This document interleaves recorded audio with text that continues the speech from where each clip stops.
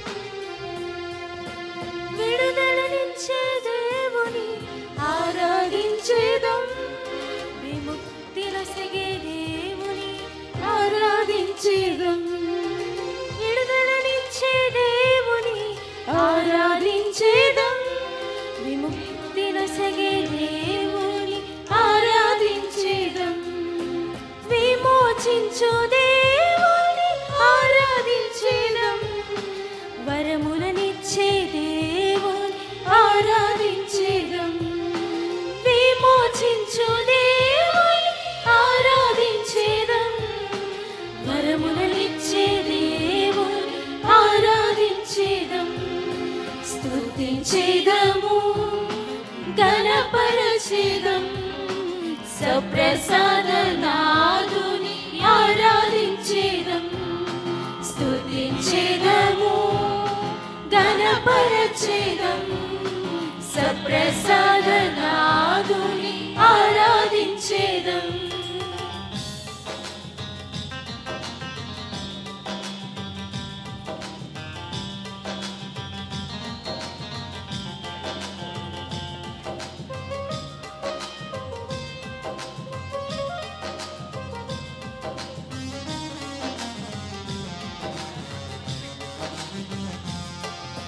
విశ్వసనీయ దేవుని ఆరాధించేదం విశ్వాధిపతి దేవుని ఆరాధించేదం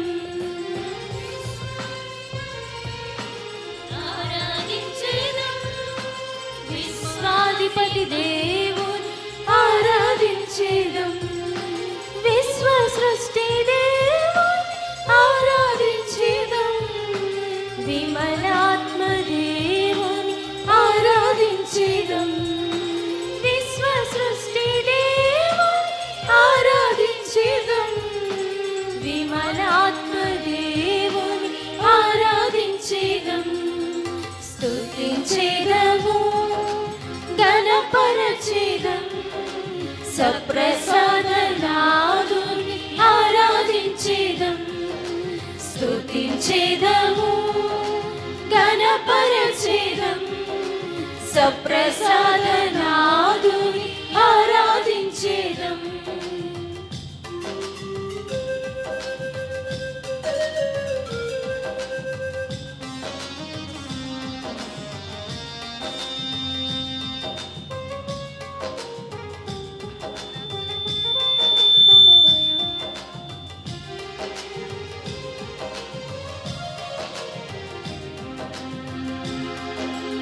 రక్షించే నాదుని ఆరాధించేదం కాపాడే నాదుని ఆరాధించేదం రక్షించే నాదుని ఆరాధించేదం కాపాడే నాదుని ఆరాధించేదం దాచుకొను నాదుని ఆరాధించేదం దర్శనమిచ్చు నాదుని ఆరాధించేదం దాచుకొను నాదుని ఆరాధించేదం దర్శనమిచ్చు నాదుని ఆరాధించేదం స్తుతించేదము ఘనపరచెదం సప్రసాదనాదుని ఆరాధించేదం.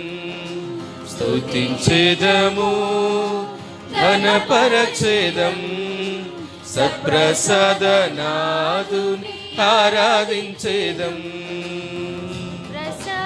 నాదుని ఆరాధించేదం, సప్రసాదనాదుని ఆరాధించేదం.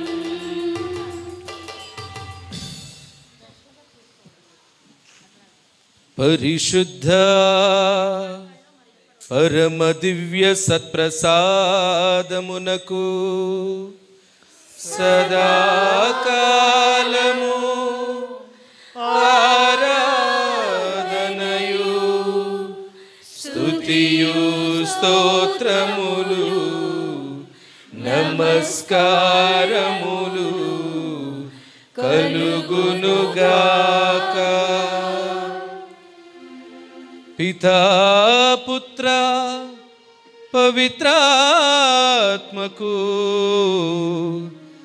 మహిమ కలుగునుగాక. ఆదిలో కలుగునట్లు ఇప్పుడును ఎల్లప్పుడును సదాకాలము కలుగునుగాక. పరిశుద్ధ పరమ దివ్య సత్ప్రసాదమునకు సదాకాలము ఆరాధనయు స్తుతియు స్తోత్రములు నమస్కారములు కలుగునుగాక. పితా పుత్ర పవిత్రాత్మకు మహిమ కలుగునుగాక. ఆదిలో కలుగునట్లు ఇప్పుడును ఎల్లప్పుడును సదాకాలము కలుగునుగాక. పరిశుద్ధ పరమ దివ్య సత్ప్రసాదమునకు సదాకాలము ఆరాధన స్తుతియు స్తోత్రములు నమస్కారములు కలుగునుగాక. పితా పుత్ర పవిత్రాత్మకు మహిమ కలుగునుగాక. ఆదిలో కలుగునట్లు ఇప్పుడును ఎల్లప్పుడును సదాకాలము కలుగునుగాక. సదాకాలము కలుగునుగాక. సదాకాలము కలుగునుగాక.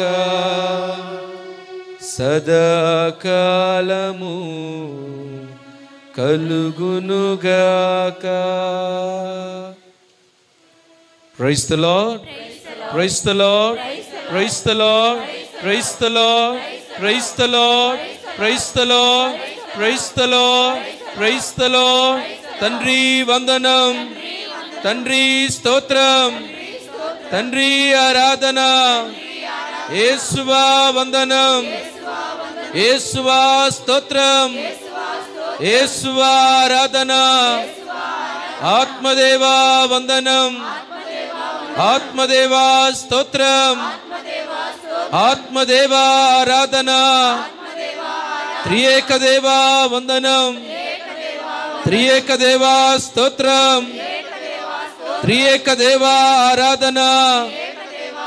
Praise the lord, praise the lord, praise the lord, praise the lord, praise the lord, praise the lord, praise the lord, praise the lord, praise the lord, praise the lord.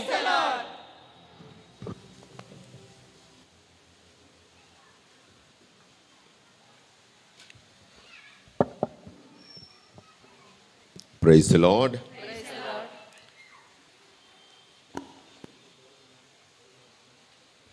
ప్రభునందు ప్రియమైన సహోదరి సహోదరులారా, తపస్సు కాలము, ఆశీర్వాద కాలము, కృపాకాలము.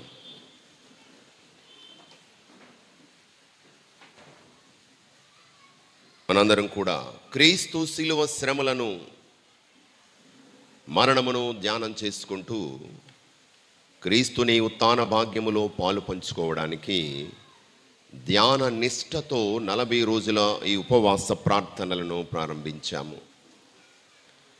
మరి మన వ్యక్తిగత బలహీనతలలోనికి లోతుగా వెళ్ళి వాటి నుండి బయటపడాలనేటువంటి ప్రయత్నం చేస్తున్నాం. Praise the lord. యేసువా వందనం, యేసువా స్తోత్రం. ఆకులన్నీ రాలిన చోటే కొత్త చిగురు కనిపిస్తుంది. మనం చూస్తున్నాం, ఈ వసంతకాలంలో మనం ప్రవేశించాము. ఇక వసంతకాలం అంటే ఏంటి? వసంతకాలం ఆకులు రాల్చే కాలం.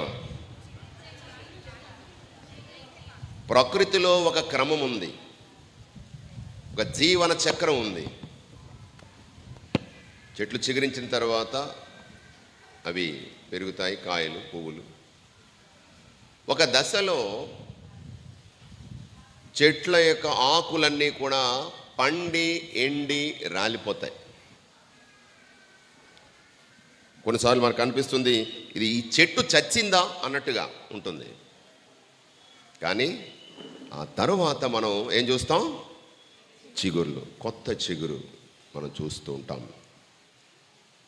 ఇది మన జీవితానికి ఒక పాఠం నేర్పిస్తుంది. మన పండిపోయిన పాపపు ఆకులన్నీ రాల్చేయాలి, మనల్ని మనం ఖాళీ చేసుకోవాలి, మనల్ని మనం రిక్తుని చేసుకోవాలి. మనం ఏం చూసి మనం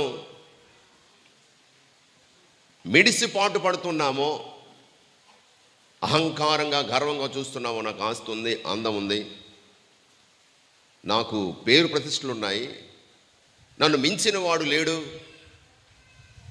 తగ్గేదే లేదు. ఈ మధ్య తగ్గేదే లేదంటారు ప్రతిదానికి. తగ్గేదే లేదు, చేసిందేమో పాడు పని, కానీ తగ్గేదే లేదు. చిన్నపిల్లలతో సైతం తగ్గేదే లేదు అంటారు. ఎందులో తగ్గకూడదు? ఎందులో తగ్గకూడదు? మంచి చేయడంలో తగ్గకూడదు, చెడు చేయడంలో కాదు.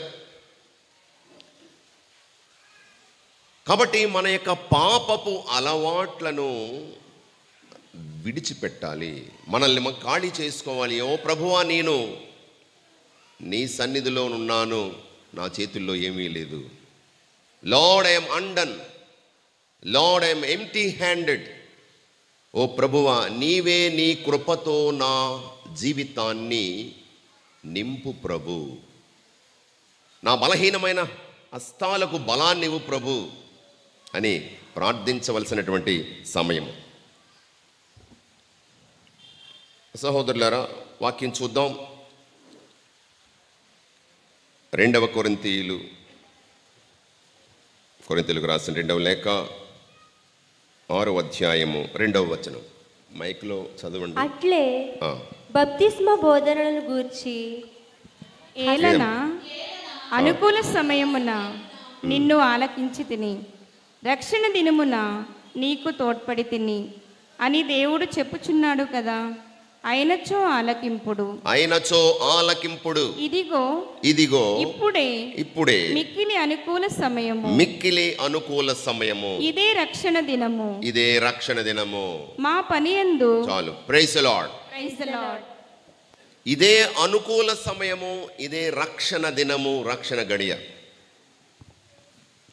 మరి ఈ తపస్సు కాలంలో, ఈ తపస్సు అంటే ఏంటి? ఇంతకీ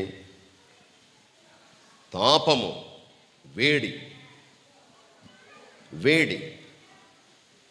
ఆధ్యాత్మికంగా నీవు చల్లబడిపోయావేమో, దేవుని విషయాల్లో నీవు నిర్లిప్తంగా ఉన్నావేమో, చైతన్యం లేకుండా చచ్చిపడి ఉన్నావేమో, జీవము లేని జీవితాన్ని జీవిస్తున్నావేమో. ఇదిగో చైతన్యము, నవ చైతన్యము, ఉత్తేజము. దేవుని విషయాల్లో నీవు ఉత్తేజపడాలి. ఆధ్యాత్మిక తృష్ణ, ఆధ్యాత్మిక ఉష్ణము, వేడి. మనం ప్రశ్నించేటువంటి సమయము. వాక్యం మనల్ని ప్రశ్నిస్తుంది, వాక్యం మనల్ని పరీక్షిస్తుంది. దేవుని సన్నిధిలో నేను నిలబడగలనా? నేను ఏ స్థితిలో ఉన్నాను? నా జీవన పరిస్థితి ఏమిటి అని నన్ను నేను ప్రశ్నించుకునే సమయము, పరీక్షా సమయము. ఇదే అనుకూల సమయము, రక్షణ గడియ. Praise the lord. ప్రియ సహోదరులారా, ఈరోజు రేపు దేవుడు మనకిచ్చినటువంటి అనుకూల సమయము, రక్షణ గడియ. Let us make the best use of this great opportunity to grow in the Lord and be fruitful. ఈ 2 రోజులు కూడా పాపము, ఈరోజు పాపం గురించి కొన్ని విషయాలు మనం ధ్యానం చేద్దాం. రేపు పశ్చాత్తాపము, పాప క్షమాపణ. దేవుడు మనకు అనుగ్రహించేటువంటి గొప్ప ఆశీర్వాదాలు. మరి పాపము అనగానేమి అంటే ఏమి నేర్చుకున్నావు చిన్నప్పుడు? పాపం అనగానేమి? What is sin? ఆజ్ఞాతిక్రమమే పాపము. పరిశుద్ధ గ్రంథంలో ఉంది. ఇంకా మన కేటగిజంలో ఏం నేర్చుకున్నాం? పాపం అనగానేమి మన కేటగిజం టీచర్స్ నేర్పించారు, ఉపదేశ మాస్టర్లు, మన సిస్టర్స్. బుద్ధి వివరం తెలిసిన తరువాత మనసొప్పి దేవుని ఆజ్ఞలను మీరుటయే పాపము అన్నాము. ఏమిటి ఈ బుద్ధి వివరం తెలిసిన తర్వాత అంటే? బుద్ధి వివరం అంటే పాలు తాగే పిల్లలు పాపం చేయలేరు. అరే ఇది మంచి, ఇది చెడు అని తెలుసుకునేటువంటి వయసు వచ్చిన తర్వాత ఇష్టపూర్తిగా దేవునికి దూరం అయిపోవడం, దేవునికి వ్యతిరేకంగా జీవించడం. మరో మాటలో చెప్పాలంటే ప్రేమ లేకపోవడమే పాపం, ప్రేమ లేమే పాపం. దేవుని పట్ల, మన తోటి వారి పట్ల ప్రేమ లేకపోవడమే పాపము. ఆ ప్రేమ లేనప్పుడే మనలో కోపం వస్తుంది, స్వార్థం వస్తుంది, అసూయ పుడుతుంది, మోహము తలంపులు, మోహపు ఆలోచనలు, సోమరితనం, భోజన ప్రియం, ఇవన్నీ కూడా మనలో ఉన్నటువంటి అతి బలమైన బలహీనతలు. అతి బలమైన బలహీనతలు. వీటిని ఏమంటారంటే తల అయిన పాపాలు అంటారు. తల అయిన పాపాలు, తలలు, ద క్యాపిటల్ సిన్స్. ప్రియమైన సహోదరులారా, మరి ఈరోజు ఈ పాపపు స్థితి అంటే దేవుని ప్రేమను, సోదర ప్రేమను లేకుండా జీవించడం, దేవునికి దూరంగా వెళ్ళిపోవడం,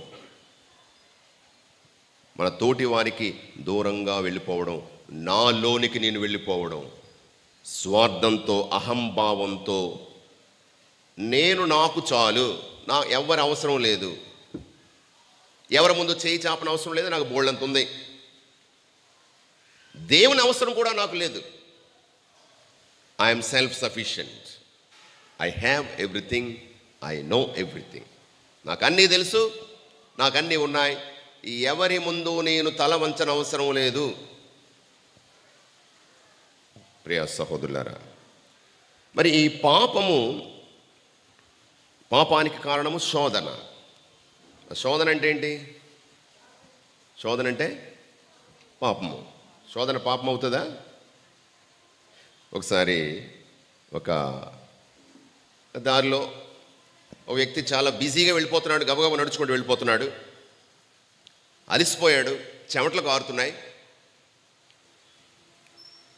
జేబులో చేయబెట్టి కర్చీఫ్ తీశాడు, తుడుచుకొని వెళ్ళిపోతున్నాడు. ఈలోపు అతని జేబులోంచి ఒక 500 రూపాయల నోటు కింద పడిపోయింది. దాని వెనక ఎవరు వస్తున్నారు?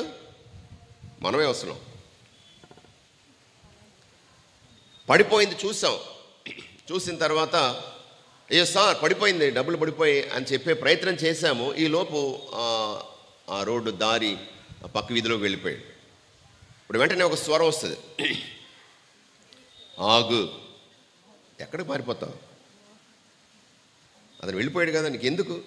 నీకు డబ్బులు అవసరం, ఇప్పుడు డబ్బులు అవసరం కదా, దేవుడే ఇచ్చాడు, దేవుడే నీకు ఇచ్చాడు, తీసుకో, పండగ చేసుకో, బిర్యానీ తిను,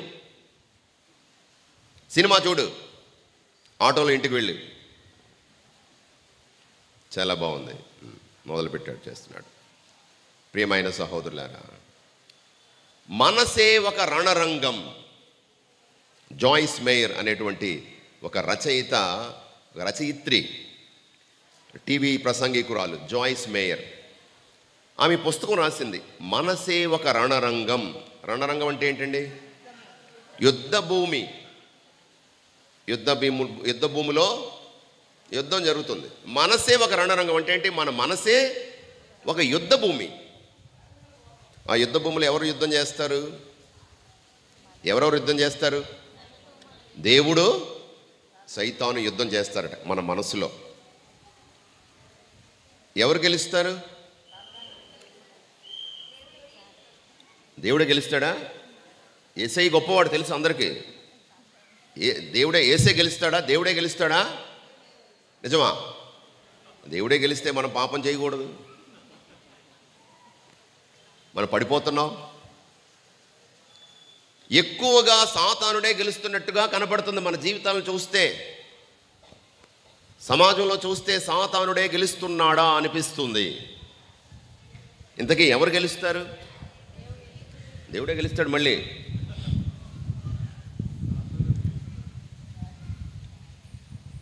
నువ్వు ఎవరిని గెలిపిస్తే వాళ్ళు గెలుస్తారు.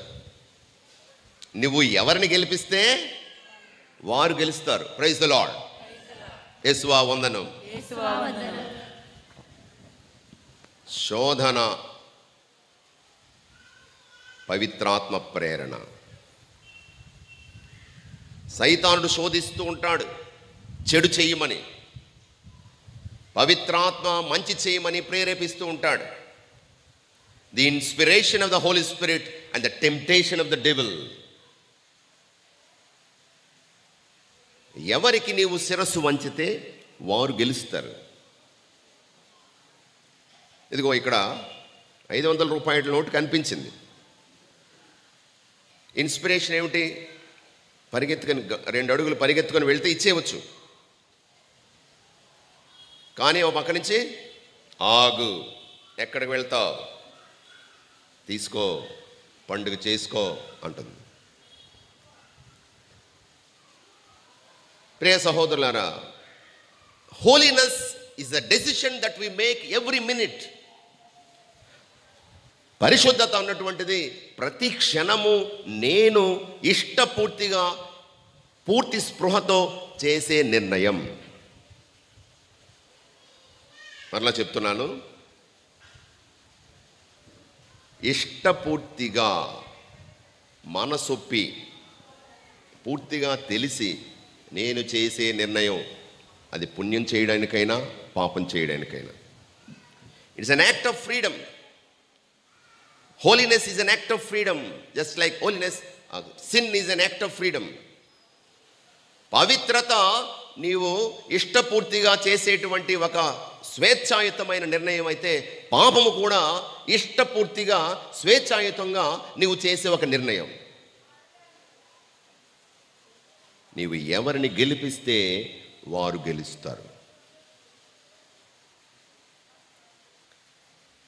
బలహీన క్షణాల్లో మనము సైతానుని గెలిపిస్తూ ఉన్నాము.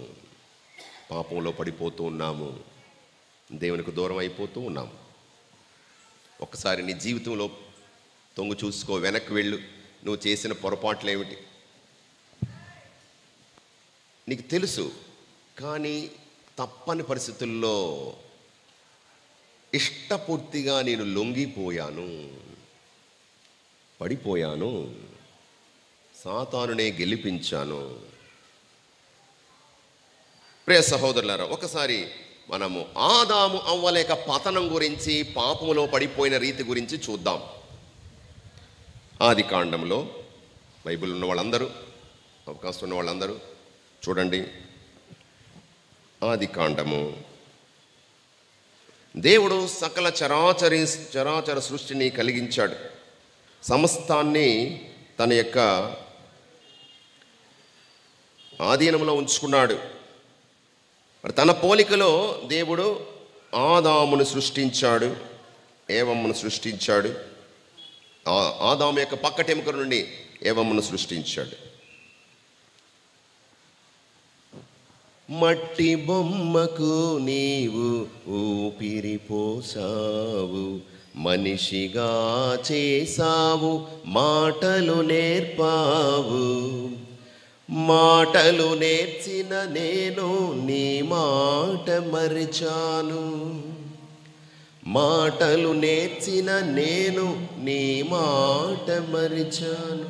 ప్రియ సహోదరులారా, దేవుడు మట్టి బొమ్మను సృష్టి చేసి తన ఊపిరిని పోసి స్వేచ్ఛనిచ్చి శ్వాసను ఊది తన సృష్టికే కిరీటముగా మనిషిని తయారు చేసి పెడితే అతడు దేవుని మాట మరిచిపోయాడు, సాతాను మాటకు శిరసు వంచాడు, పాపంలో పడిపోయాడు. శోధన, సాతానుడు శోధించడానికి వచ్చాడు. జాన్ మిల్టన్ అనేటువంటి ఇంగ్లీష్ రచయిత ఒక పుస్తకం రాశాడు, ప్యారడైజ్ లాస్ట్ అనే పుస్తకం రాశాడు. అంటే పరలోకము ఏ విధంగా కోల్పోయాము, మానవ జాతి కోల్పోయింది, ద ప్యారడైజ్ రీగెయిన్డ్ అని మరొక పుస్తకం రాశాడు. యేసుక్రీస్తు ద్వారా ఏ విధంగా మోక్షం మళ్ళా తిరిగి సంపాదించుకోగలిగామని. ఈ ప్యారడైజ్ లాస్ట్ అనే పుస్తకంలో ద ఫాల్ ఆఫ్ ఏంజల్స్,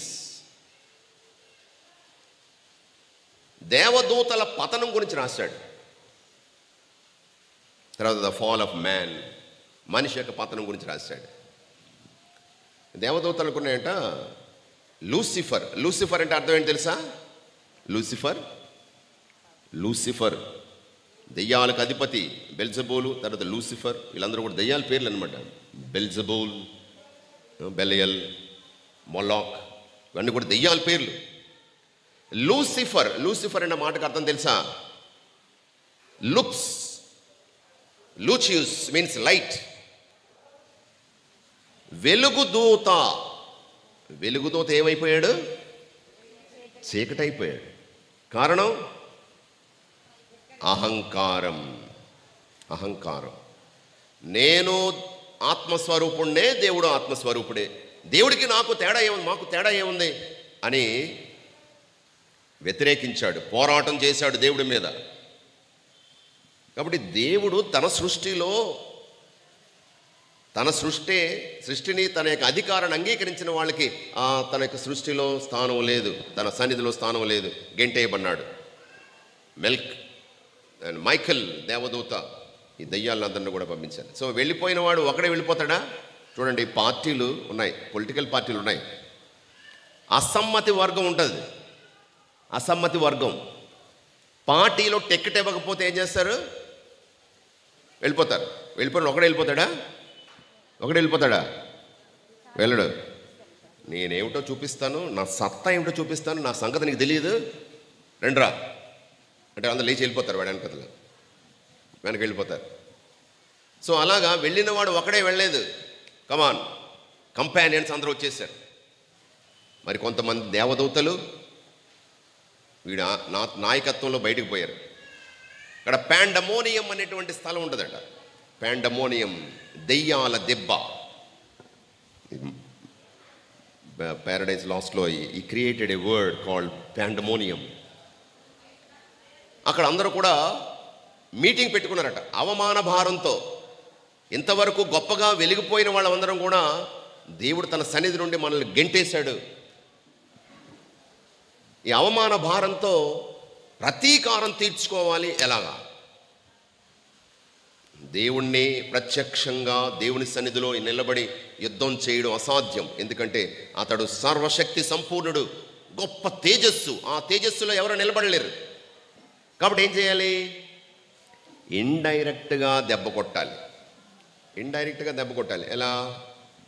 ఎలా చూడండి, కొన్ని గేమ్స్ మన మీద కోపం ఉంటే మనల్ని ఏమీ చేయలేక మన వస్తువులు తీసేస్తుంటారు, మన మీద లేనిపోని చాడీలు చెప్తుంటారు. అంటే డైరెక్ట్గా ఏం చేయలేక ఇండైరెక్ట్గా destroying our name and fame, taking revenge.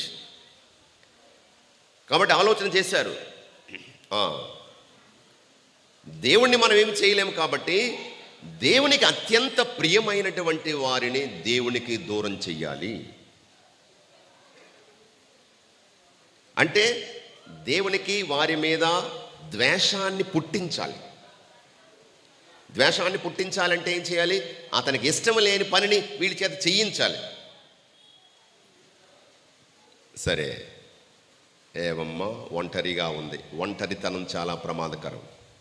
ఎవరికైనా సరే ఒంటరితనం చాలా ప్రమాదకరం. అప్పుడే సైతానుడు తన సత్తా చూపిస్తాడు. So an ideal mind is a devil's workshop అంటారు. ఒంటరితనం చాలా అన్లెస్ మనము బలంగా లేకపోతే, మానసికంగా బలంగా లేకపోతే సులువుగా పాపంలో పడిపోతాం. నిజానికి మనం ఒంటరిగా ఉన్నప్పుడే మనం చేసే పని, that is a real original authentic genuine personality is when we are all alone. మనం ఒంటరిగా ఉన్నప్పుడే మనం చేసే పనులు, అది మన నిజమైన క్యారెక్టర్, అసలైన వ్యక్తిత్వం. అది ఎవరైనా చూస్తుంటే మన బిహేవియర్ మారిపోతుంది. ఎవరో చూస్తున్నారనుకోండి, మనం మాట్లాడే తీరు కానీ మన భోజనం తీరు కానీ మామూలుగా ఉన్నప్పుడు ఎలా పడితే అలా తింటాం. కానీ ఎవరైనా చూస్తున్నారనుకోండి, చాలా పొందిగ్గా తింటాం, చాలా పొందిగ్గా నడుస్తాం. మన మాటలు కూడా చాలా మర్యాదగా ఉంటాయి. మనం ఒంటరిగా ఉన్నప్పుడు మనం ఏం చేస్తామో అది మన ఒరిజినల్ క్యారెక్టర్. అప్పుడు చాలా బలహీనమైన స్థితిలో ఉంటాం. సరే, పాము రూపంలో వచ్చింది సైతానుడు, వచ్చి శోధిస్తున్నాడు. వాక్యం చదవండి. దేవుడైన యావే సృష్టించిన జంతువులన్నిటిలో జిత్తులు మారిది సర్పము. అది తోటలోనున్న ఏ చెట్టు పండును తినరాదని దేవుడు మీతో చెప్పెనట, నిజమేనా అని స్త్రీని అడిగెను. దానికి స్త్రీ, తోట నడుమునున్న చెట్టు పండు తప్ప మిగిలిన ఏ చెట్టు పండునైనా మేము తినవచ్చును. ఆ చెట్టు పండును మాత్రము మేము తినకూడదు, తాకకూడదు. ఆ పని చేసినచో మేము చనిపోవుదము అని జవాబు చెప్పెను. అంతట సర్పము, ఆ మాట నిజము కాదు, మీరు చావనే చావరు. ఆ చెట్టు పండును తిన్నప్పుడు మీకు కనువిప్పు కలుగుననియు మీరు మంచి చెడ్డలు తెలుసుకొని దేవుని వలె అగుదురనియు ఎరిగి అతడు మీకట్లు చెప్పెను అని అనేను. చూడండి, శోధిస్తుంది. ఇదిగో ఆ చెట్టు పండు తినొద్దన్నాడా? నిజమేనా? అవును, తినొద్దన్నాడు. అంత అబద్ధం. దేవుడు మోసగాడు. ఆ చెట్టు పండు తింటే మీ కన్నులు తెరవబడతాయి, మీరు దేవునితో సమానం అయిపోతారు. అది దేవునికి ఇష్టం లేదు. కాబట్టి ఒక భయం మీలో ప్రవేశపెట్టాడు, అది తింటే చచ్చిపోతారని. దేవుడు మోసగాడు. దేవుడు ఎవరిని పైకి ఎదగనివ్వడు. దేవుడు ఎవరిని పైకి ఎదగనివ్వడు. This is the temptation that we have. పర్వాలేదు, తిను. అప్పుడు ఏం చేసింది? ఆ పను తర్వాత చూడగానే చూసినప్పుడు స్త్రీకి ఆ చెట్టు కన్నుల పండుగగా ఉండెను. కన్నుల పండుగగా ఉందట. ఆహా, చూస్తేనే ఎంత బాగుంటే తింటే ఇంకెంత బాగుంటుందో. దేవుడు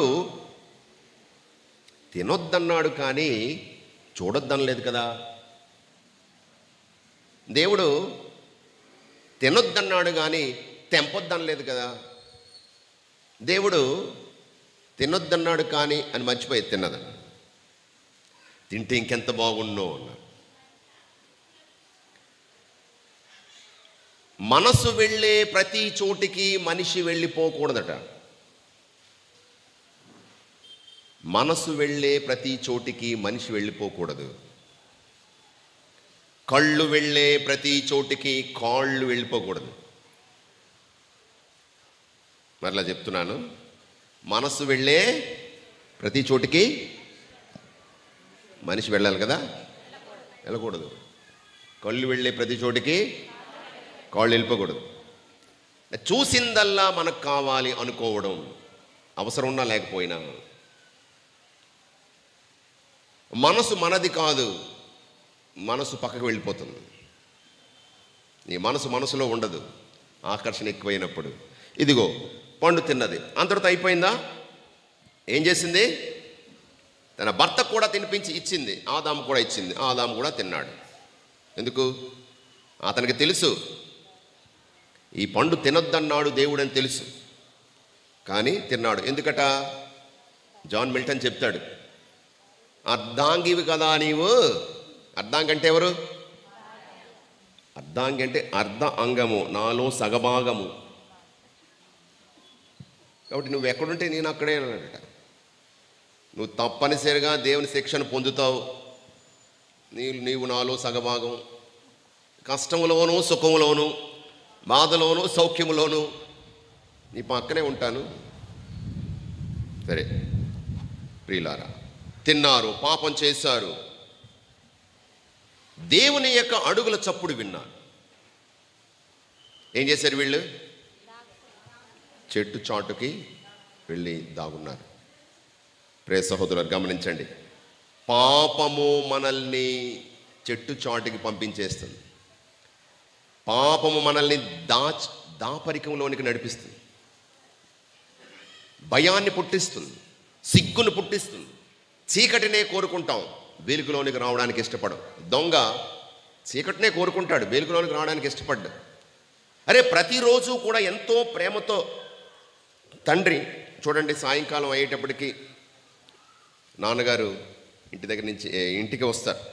మా చిన్నప్పుడు మా నాన్నగారు ఎప్పుడో 50 సంవత్సరాల క్రితం మాట, స్కూల్ టీచర్ అయిన తర్వాత సాయంకాలం అలా అయిపోయిన తర్వాత మార్కెట్కి వెళ్ళి సాయంకాలం కొంచెం వచ్చేవారు. ఇప్పుడు ఏ వస్తువులు తీసుకొచ్చేవారు, మేము పరిగెత్తుకొని వెళ్ళేవాళ్ళు. ఏం తెచ్చారని, ఏ స్వీట్సో లేకపోతే ఏం తెచ్చారు సంచులు తీసుకొని లోపల పెట్టేటప్పుడు అందులో ముందు దారిలోనే చూస్తాం ఏం తెచ్చారు ఈరోజు అని. అలా ప్రతిరోజు సాయంకాలం అయ్యేటప్పటికీ పరిగెత్తుకొని వచ్చినటువంటి ఆ పిల్లలు ఈరోజు కనిపించడం లేదు. ఆదామా నీవెక్కడా అని అడుగుతున్నాడు దేవుడు. నీ తినొద్దన్న పండును తిన్నావా? అప్పుడు బయటకు వస్తున్నారు. ఏమన్నాడు? సమాధానం ఏం చెప్పాడు? నీవు నాకు తోడుగా ఇచ్చిన స్త్రీ తినుమని నాకు ఆ పండును ఇచ్చాను. చూడండి ఇక్కడ గమనించండి, సమాధానం ఏమై ఉండాలి? నువ్వు తిన్నావా అంటే ఏం చెప్పాలి సమాధానం? అవునండి నేను తిన్నానండి అని చెప్పాలా? ఏం చెప్పాడు? నువ్వు నాకు తోడుగా ఇచ్చిన ఈ స్త్రీ నన్ను తినమన్నది. నా తప్పేమి లేదండి, నేను మంచోడినే, నేను చాలా మంచోడిని. ఈవిడ తినమన్నది, తిన్నాను. ఏమమ్మా ఎందుకు తిన్నావు అంటే ఆవిడేం చెప్తుంది? ఈ పాము తినమన్నదండి, నేను మంచిదాన్నే, ఈ పామే తినమన్నదండి దాన్ని. ఈ ప్రపంచంలో ఎవ్వరూ చెడ్డవారు లేరు, అందరూ మంచోళ్లే. అక్కడ సామెత ఉంది, అందరూ శుద్ధ బ్రాహ్మణులట. ఇక్కడ ప్లేట్లో ఉన్నది ఒక ఫిష్ ఫ్రై, ఒక ముక్క కూడా లేదట. అందరూ ఉపవాసం ఉంటున్నారు, అందరూ దీక్ష తీసుకున్నారు, అందులో ఏం లేవట. అందరూ మంచోళ్లే. ఎవరిని అడిగే సార్ నేను మంచోడిని, నేను చాలా మంచిదాన్ని, నేను మంచోడిని. Throwing the responsibility of our failures on others is the biggest sin that we are committing. ఏమని చెప్పాలి? నేను తిన్నానండి, నేను పాపం చేశాను. ఒప్పుకోవడం. ఎవ్వరికీ ఇష్టం ఉండదు. చేశాను కానీ దాని కారణం నేను కాదు, వాళ్ళు వీళ్ళు వీళ్ళు వాళ్ళు వాళ్ళు ప్రేరేపించాడు, వీడు చేశాడు, వాడు చెప్పమన్నాడు, చేయమన్నాడు, నాకైతే ఇష్టం లేదంటాడు. ప్రియ సహోదరులారా, పాపములో పడిపోయారు. ఒకరి బాధ్యతను, తన యొక్క బలహీనతకు, అపజయానికి బాధ్యత ఎవరు, ఓటమికి బాధ్యత ఎవరు, వాళ్ళు వీళ్ళు అని చెప్పుకుంటున్నాం. ఈరోజు మనం కూడా చేసే పని అదే. ఎందుకు ఎలా తయారామంటే, వాడెవడో చెప్పాడండి, వీడెవడో చేయమన్నాడండి, నాకు అలవాటు లేదండి, కానీ ఎవరో ఏదో. ఆదాము అవ్వలు శరీర భాగము పక్కటెముక ఏం చెప్తుంది? వేలెత్తి చూపించుకోవడం ప్రారంభించారు. శత్రుత్వం, పాపం చేసిన వాడు చీకటిలోకి వెళ్ళిపోతాడు, ధైర్యం కోల్పోతాడు, సిగ్గు వస్తుంది, సిగ్గు వెలుగులోనికి రాలేడు. అంతేకాదు అందరూ శత్రువులు అయిపోతారు. వేలెత్తి చూపించుకోవడం ప్రారంభిస్తాం. ప్రకృతి వికృతి అయిపోయింది, సాధు జంతువులు క్రూర జంతువులు అయిపోయాయి. శాపము, పాపం యొక్క వేతనము మరణము, కష్టము, జబ్బులు, మరణాలు. మొట్టమొదటి పాపము పతనమైన తర్వాత అన్నయ్య తమ్ముడిని చంపేశాడు, కైనుడు ఆబేలుని చంపేశాడు. The first murder. సొంత అన్న తమ్ముడిని చంపేశాడు. ఇంకా పాపం యొక్క వేతనము మరణపు ఛాయలు. ఇంకా విధంగా so the caught up in sin. ప్రియమైన సహోదరులారా, పతనము శోధనతో ప్రారంభమైంది, ఒక తలంపుతో ప్రారంభమైంది, ఒక అత్యాశతో ప్రారంభమైంది, అంతానికి దారితీసింది. మానవ జాతి అంతానికి దారితీసింది. దేవుడే మనిషిగా ఈ లోకానికి రావాల్సి వచ్చింది. ఇదిగో తిరిగి దేవుని సన్నిధికి నడిపించడానికి. Praise the lord.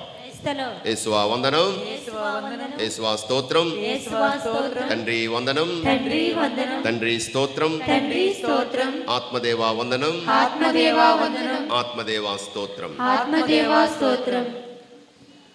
ఈ పతనం ఎలా ప్రారంభమవుతుంది మరొక ఉదాహరణ ఇస్తాను. రోజంతా పనిచేసి వచ్చినప్పుడు దారిలో వాడు అంటాడు, రారా కొంచెం, ఎవరి కోసం రా ఈ కష్టాలు, ఈ బాధలను, ఒళ్ళు నొప్పులు ఎవరి కోసం చేస్తున్నావు, మనం ఎంజాయ్ చేయాలి ముందు అంటాడు. వీడంటాడేమో నాకు ఆ వాసనే పడదు అంటాడు దారిలోనే. సరే పడొద్దులే, వాసన పడదు, ఏం లేదు, కూర్చో పక్కన కూర్చో, గివ్ మీ కంపెనీ అంటాడు. కంపెనీ ఇవ్వమంటాడు. నేను తాగుతూ ఉంటాను, మరి నేను అది అయిన తర్వాత నేను ఎలా ఉంటాను నాకు తెలియదు, తీసుకెళ్ళి ఇంటి దగ్గర అప్పచెప్పంటాడు. ఇంటి దగ్గర తీసుకెళ్ళాడు. సరే ఓకే. ఆ తర్వాత రెండో రోజు, మూడవ రోజు కొంచెం చూస్తావేంటి అంటాడు. టేస్టే ఎక్కువ, టేస్ట్ మోమో మా ఆవిడ కొడుతుంది, తిడుతుంది అంటాడు. లేదే అంత సిగ్గుమాలాడా, మీ ఆవిడ నేను కంట్రోల్ చేసేది, తాగా, నువ్వు మగవాడు అయితే తాగు, నేను తాగడం లేదా, చూడు వీళ్ళందరూ కూడా హాయిగా తాగుతున్నారు. నువ్వు మగవాడు కాదనేటప్పుడు ఎక్కడ లేని పౌరుషం వచ్చేస్తుంది కదా. నీవు దేవుని కుమారుడు అయితే దూకు, నువ్వు దేవుని కుమారుడు అయితే రాళ్ళు రొట్టెలుగా మార్చుకో, నువ్వు దేవుని కుమారుడు అయితే సిలువ నుంచి దిగిరా, నువ్వు రక్షించుకొని మనందరినీ రక్షించు, మమ్మల్ని రక్షించు అన్నాడు. ఎడం చేతి పక్క దొంగ గెస్టస్. నీవు మగోడు అయితే అనగానే ఎక్కడ లేని పౌరుషం వచ్చేస్తుంది మనకి, చెయ్యకూడని పనులన్నీ చేసేస్తాడు. సరే వీడు నెమ్మదిగా అలవాటు కొంచెం ప్రారంభమైంది, పొరపాటు. సో ఒక చిన్న పొరపాటు మొదటిసారి చేస్తే పొరపాటు, తర్వాత తడబడట, మళ్ళీ మూడవసారి కూడా అదే తప్పు చేస్తే అలవాటు. ఒక చెడ్డ అలవాటు వ్యసనం, ఒక మంచి అలవాటు పుణ్యం. Praise the lord. ఒక చెడ్డ అలవాటు పాపము, వ్యసనము. ఒక మంచి అలవాటు పుణ్యం. సరే వీడు ప్రారంభించాడు, గాలిలో తేలినట్టుందే అని వెళ్తున్నాడు, భూమి మీద లేడు, ఆకాశంలో. ఓహో ఇందు గురించా ఇలా తాగుతున్నారు ఇంతమంది, ఇప్పుడు తెలుసుకున్నాను విజయ రహస్యం. ఆనందం యొక్క అంచులు తాకాలి, ఆకాశమే హద్దు అని కూడా గాలిలో తేలితే కింద పడతాడు, ఎవడో తీసుకెళ్తాడు. సరే వెళ్ళినవాడు ఊరుకునే ఉంటాడా? ట్రాఫిక్ పోలీస్ అయిపోతాడు ఆ దారిలో. రైట్, మీరు వెళ్ళొద్దు, మీరు రండి. చూసారా, ఇప్పుడు గమనించారా? భాషావరం వచ్చేస్తుంది వాళ్ళకి. భాషావరం, ఇంగ్లీష్ మాట్లాడేస్తుంటాడు. ఏనాడు ఇంగ్లీష్ ఒక ముక్క తెలియనివాడు ఇంగ్లీష్, జర్మన్, స్పానిష్, ఇటాలియన్, రకరకాల భాషలు మాట్లాడేస్తాడు. సరే, ఇరుగు పొరుగుతో గొడవలు, ఈ విధంగా అలా అలవాటు అయినప్పుడు డబ్బులుంటే పని ఉంటే డబ్బులుంటే తాగలేదు, పని లేని రోజుని అప్పులు చేయాలి, ఇంట్లో వస్తువులను తాకట్టు పెట్టాలి, పిల్లలు పస్తులు ఉంటారు, భార్య ఏడుస్తూ ఉంటుంది, పిల్లల ముందు గౌరవం ఉండదు. అరే వీడు తాగుబోతురా వీళ్ళ నాన్న, పిల్లలు కూడా అసహించుకుంటారు, ఇల్లు ఒళ్ళు గొల అయిపోతుంది. వాడి మాట తన శరీరం తానే వినలేడు, ఎందుకంటే తాగినవాడు నడవమంటే తూలుతుంటారు, ఎందుకంటే తన మాట తానే వినడు, అవ్వదు అది. పిల్లలు ఏం వింటారు? అంతా బాగున్నప్పుడు ఏదైనా మంచి మాట చెప్పినప్పుడు కూడా ఏమంటారు? వాడు తాగిపోతాడు రా, వాడి మాటని పట్టించుకొని అవసరం లేదంటారు. తాగినప్పుడు కూడా విలువ లేకుండా పోతుంది, వ్యసనపరుడైపోతాడు. సో ఈ స్థాయిలన్నీ కూడా ఆకర్షణ, శోధన, ఆకర్షణ, శత్రువులు అయిపోయారు అందరూ. చివరికి తాగకపోతే కాళ్ళు చేతులు వణికిపోతుంటాయి.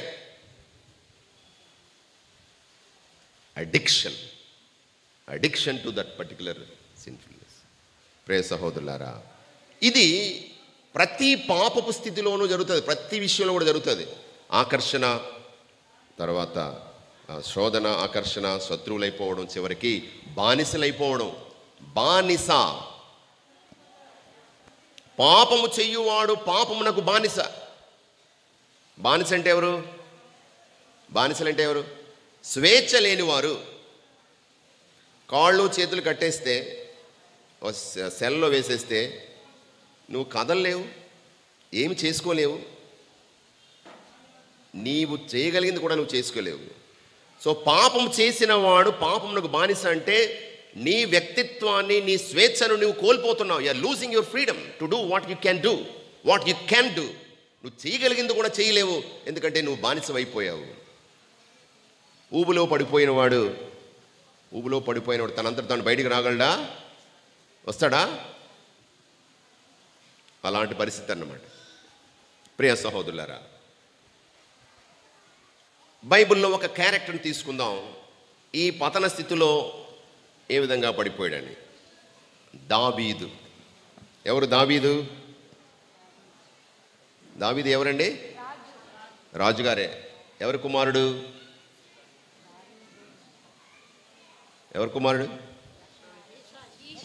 ఏషాయి కుమారుడు. మొట్టమొదటి రాజు ఎవరు ఇశ్రాయేలు ప్రజలకి? సౌలు రాజు. ప్రజలందరూ అడిగారు, వాళ్ళకి రాజులు ఉన్నారు, వీళ్ళకి రాజులు ఉన్నారు, మనకు రాజు లేరంటే, నేనే కదా మీ రాజుని అన్నాడు యావే దేవుడు.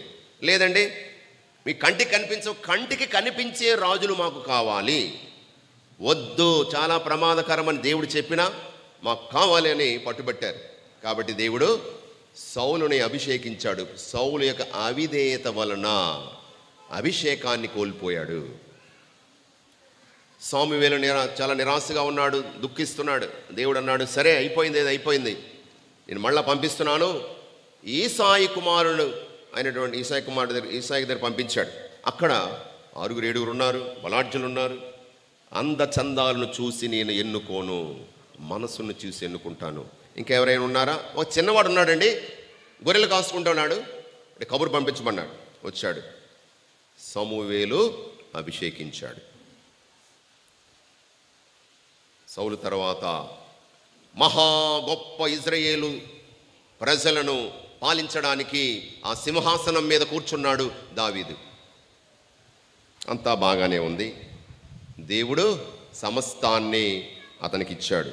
దాసదాసీజనం, శత్రు సైన్యాల మీద విజయం, మరి గౌరవం, మర్యాద, గొప్ప పదవి, అనుకున్నవన్నీ కూడా దేవుడు అమర్చాడు. అతనికి లోటు అంటూ ఏమీ లేదు. అయితే 2 సామువేలు పతనము ప్రారంభమైంది ఒక శోధనతో. 2 సామెవేలు 11వ అధ్యాయము. 2 సామెవేలు 11వ అధ్యాయం చూడండి. అక్కడ దావీదు పాపం ఏంటి? సాధారణంగా మనం అంటాం దావీదు పాపం ఏమని చెప్తాం? ఏంటి దావీదు చేసిన పాపం ఏంటి? దావీదు పాపం ఏమిటని మనం చెప్తాం అందరూ? వ్యభిచారం. ఒక్క మాట చెప్తాం వ్యభిచారం అంటాం. ఒకటి కాదు, దావీదు చేసిన బోల్డైన పాపాలు ఉన్నాయి, ఒకటి కాదు. చూడండి. ఒకనాటి సాయంకాలము వసంతకాలము దావీదు నిద్ర మేల్కొని. వసంతకాలం అంటే దేవత అంటారు అక్కడ మొదటి వచనం. సంవత్సరాంతరము రాజులు యుద్ధమునకు వెడులుటకు అనువైన కాలము. దావీదు కోరికపై యోవాబు రాజు అంగరక్షకులతో ఇశ్రాయేలు సైన్యములతో బయల్వెడలి అమ్మోనీయుల మండలముపై దాడి సల్పి సరే రబ్బాను ముట్టడించి. ఓకే, సరే సరే, ఇక చాలా ఉంది, నేను సూటిగా చెప్పేస్తాను వినండి, ఇక టైం మనకి. యుద్ధానికి వెళ్ళారు ఇజ్రాయేలు సైన్యము, అమ్మోనీయుల మీద యుద్ధానికి వెళ్ళారు. యుద్ధానికి వెళ్ళినప్పుడు ఎవరు ఉండాలి ముందు వరుసలో? ఎవరు ఉండాలి ముందు వరుసలో? నాయకుడు ఎవరు ఉండాలి? రాజుగారు. రాజుగారు యుద్ధానికి వెళ్ళాలి. సోమరిగా ఇంట్లో ఉన్నాడు. సోమరితనమే మనకు శోధనకు మొదటి కారణం. An idle mind is the devil's workshop అంటారండి. ఒంటరిగా ఉన్నాడు, ఖాళీగా తిరుగుతున్నాడు అక్కడ టెర్రస్ మీద. కాబట్టి నేత్రాస. నేత్రాస ఏమిటి? ఆ పక్కనే స్నానం ఆడుతున్నటువంటి ఒక స్త్రీ తన కంట్లో పడింది. అందానికి ముగ్ధుడైపోయాడు, ఆకర్షించబడ్డాడు. ఎలాగైనా పాపం చేయాలి. ఎవరు? వివరాలు కనుగొండన్నాడు. చెప్పారు, ఇదిగోండి ఆమె ఎవరో కాదండి, మీ సైన్యంలో పనిచేస్తున్న ఒక సైనికుని భార్య, హిత్తీయుని యొక్క భార్య. హిత్తీయుని పేరేంటి? అతని సైనికుని పేరేంటి? యూరియా కాదు, పొలంలో జల్లుతారు యూరియా. యూరియా కాదు, ఉరియా. ఉరియా. అతని భార్య బెత్షెబా.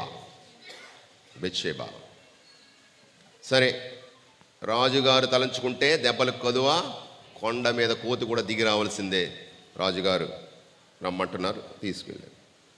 పాపం చేశాడు, అంతా అయిపోయింది అనుకున్నాడు. అప్పుడు నెమ్మదిగా వస్తుంది. ఏమంటుంది? 5వ వచనం. ఆమెకు నెల తప్పగా నేను గర్భవతినైతిని అని అంటిను. మహారాజా, మహాప్రభు, మీ దయ వల్ల నేను తల్లిని కాబోతున్నానండి. అమ్మ బాబోయ్ అనుకున్నాడు. ఇది ఎలా సాధ్యం? అందరూ నోళ్ళు నొక్కుంటారు, ఇదేమిటిది? వీళ్ళు ఆయన ఏమో యుద్ధంలో ఉన్నాడు, ఇప్పుడు ఎలా గర్భవతి అయింది, ఎలా నెల తప్పింది? ఊరంతా ఆడిపోసుకుంటారు, అంతటితో ఆగరు. ఎవడు వాడు? వాడెవడు? ఎంక్వైరీ మొదలు పెడతారు. ఎంక్వైరీ మొదలు పెడతారు. చివరికి ఎంక్వైరీలో ఏం తేలుతుంది? రాజుగారేనంటమ్మా. రాజుగారా?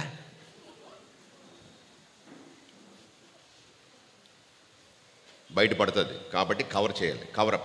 కవరప్ టాక్టిక్స్ స్టార్ట్ చేసాడు.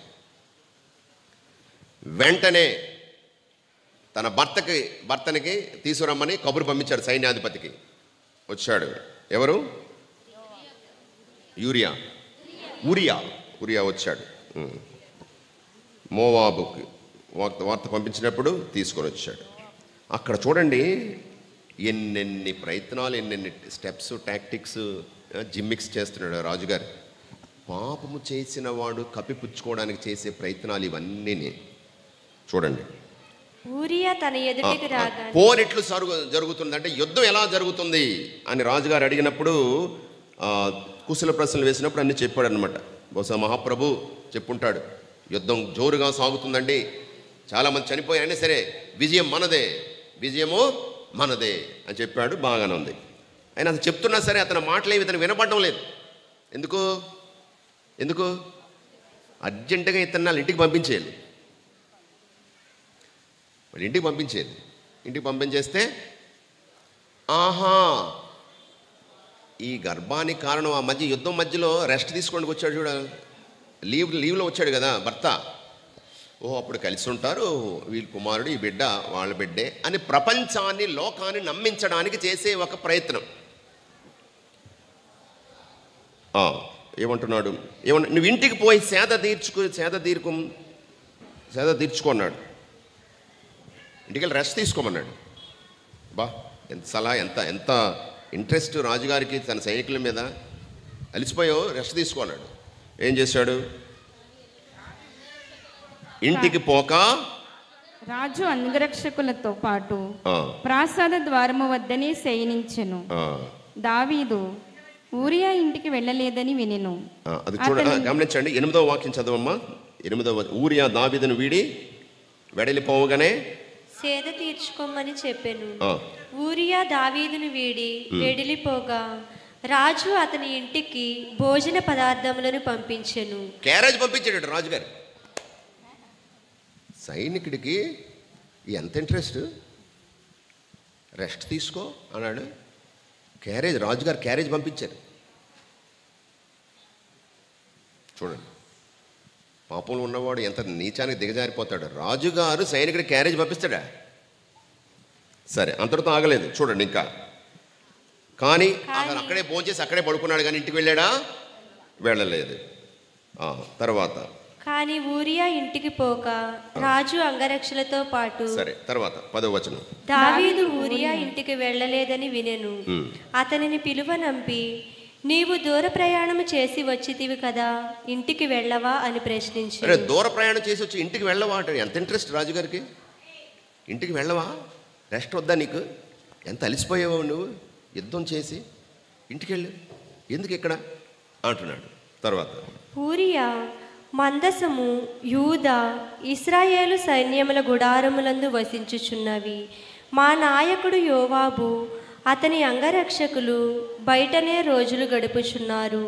నేను ఇంటికి పోయి తిని త్రాగి ఆలిని కూడుదున యావే తోడు నీ తోడు, నేనిట్టి పని చేయువాడును కాను అనెను. చూడండి, ఎంత దేశభక్తి, ఎంత స్వామి భక్తి, ఎంత దేవభక్తి.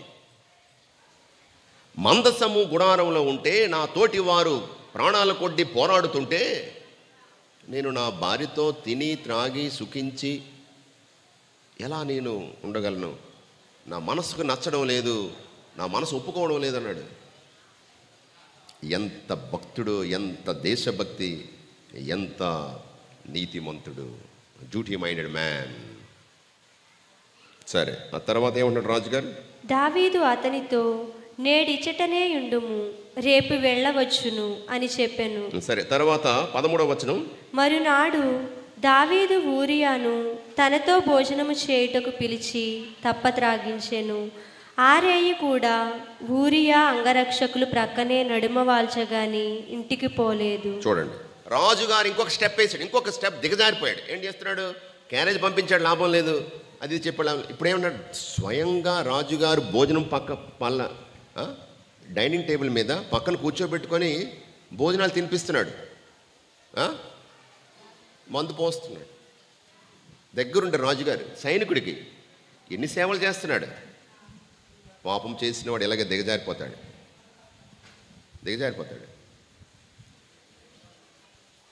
ఆ రోజు కూడా వెళ్ళాడా ఇంటికి? వెళ్ళలేదు, అక్కడే పడుకుంటూ పోయాడు. ఇంకా లాభం లేదండి, లాస్ట్ రిసార్ట్, చివరి అస్త్రం ప్రయోగిస్తున్నాడు అనమాట. ఏమిటి? ఒక ఉత్తరం రాశాడు సైన్యాధిపతికి, జోరుగా పోరు సాగుతున్నటువంటి మొదటి వరుసలో నీవు ఊరియాని పెట్టండి, మిగిలిన వాళ్ళు వెనక్కి తగ్గండి. వాడైపోతాడు.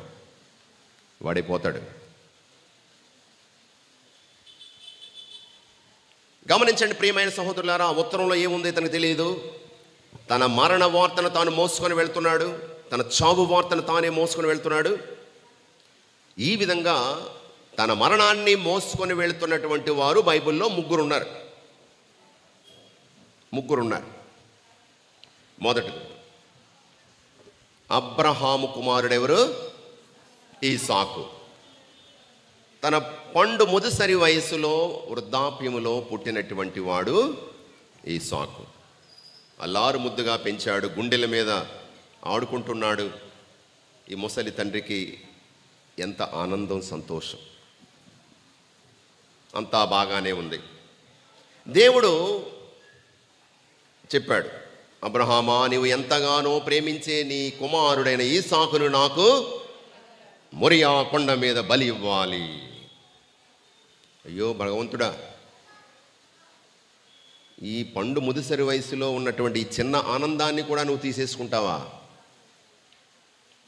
సరే, కన్నీటిని పంటి కింద బిగబెట్టుకుంటూ గుండె నిండా ఆ భారంతో, బాధతో, నాన్న మనము దేవునికి బలి ఇద్దాం పదరా అన్నాడు. ఎక్కడికి? మోరియా కొండకి. చేతిలో కత్తుంది, మరొక చేతిలో నిప్పులున్నాయి. కట్టెల మోపు తీసుకొచ్చి ఈసాకు తల మీద పెట్టాడు. కొండకు వెళ్తున్నారు. దానిలో ప్రశ్నలు వేస్తున్నాడు. చిన్నపిల్లలకి అన్ని అనుమానాలే కదా కదా చిన్నపిల్లలు చూడ అన్ని అనుమానాలు. క్వశ్చన్ బ్యాంకులు వాళ్ళు, క్వశ్చన్ బ్యాంక్. అమ్మా, నేను ఎలా పుట్టాను? వాళ్ళ అమ్మ ఏముంటుంది? గుడివాడ సంతలో దొరికేవరా అంటుంది. ఓహో అలాగా, అంతే. డీటెయిల్గా అడగరు వాళ్ళు. ఓహో నేను సంతలో దొరికానంట, ఓకే సరే. అప్పుడు ఆ వయసులో స్త్రీ పురుషుల యొక్క సంయోగము వలన, సంపర్కం వలన ఈ విధంగా పెట్ట జన్మిస్తారా? చెప్తారా ఎవరన్నా? చెప్తారా? చెప్పరు. అదే 14 సంవత్సరాలు 15 సంవత్సరాల తర్వాత నువ్వు గుడివాడ సంతలో దొరికావంటే ఊరుకుంటారా? నమ్ముతారు వాళ్ళు. అప్పుడు చెప్పాలి, ఇదిగో ఇది ఫలదీకరణ యొక్క పద్ధతి ఏమిటి, పిల్లలు ఎలా పుడతారండి. సరే, చిన్నపిల్లల ప్రశ్నలు అలా ఉంటాయి. ఆల్బమ్ చూస్తారు, అమ్మ నాన్న ఆల్బమ్, పెళ్ళి ఆల్బమ్ చూసి, నన్ను పెళ్ళికి నన్ను తీసుకెళ్ళలేదు, నేను ఎక్కడ లేని కనిపించలేదంటాను. ఏడుస్తారు పిల్లలు. ఒకసారి ఒక పావు కేజీ అంటే ఎల్కేజీను కేజీ లెక్కన కదా చదువులన్నీ కూడా. ఎల్కేజీ, పావు కేజీ, అర KG, UKG, KG, first standard. కేజీల మోత, అది సోల్జర్స్ లాగా, మౌంటైనీర్స్ లాగా ఒక పిల్లల్ని చూస్తుంటే నిన్ను పుస్తకాలు వేసుకొని యుద్ధానికి వెళ్తున్నట్టు. కేజీల లెక్కన చదువులు. సరే, ఓకే. ఆ పావు కేజీ ఎల్కేజీ అమ్మాయి వాళ్ళ అమ్ముతా ఉంటుంది, మమ్మీ నీకు బాయ్ ఫ్రెండ్స్ ఉన్నారా అని. అంటే వాళ్ళకి పిల్లలు బాయ్ ఫ్రెండ్స్, పిల్లలు గర్ల్ ఫ్రెండ్స్, బాయ్ ఫ్రెండ్స్ ఉంటారు కదా. నీకు బాయ్ ఫ్రెండ్స్ ఉన్నారా మమ్మీ అన్న. లేరు అన్నదమ్మ. వీళ్ళ నాన్న ఆ కిటికీ వెనక నుంచి వింటున్నాడు, ఏం చెప్తుందో అది. నేను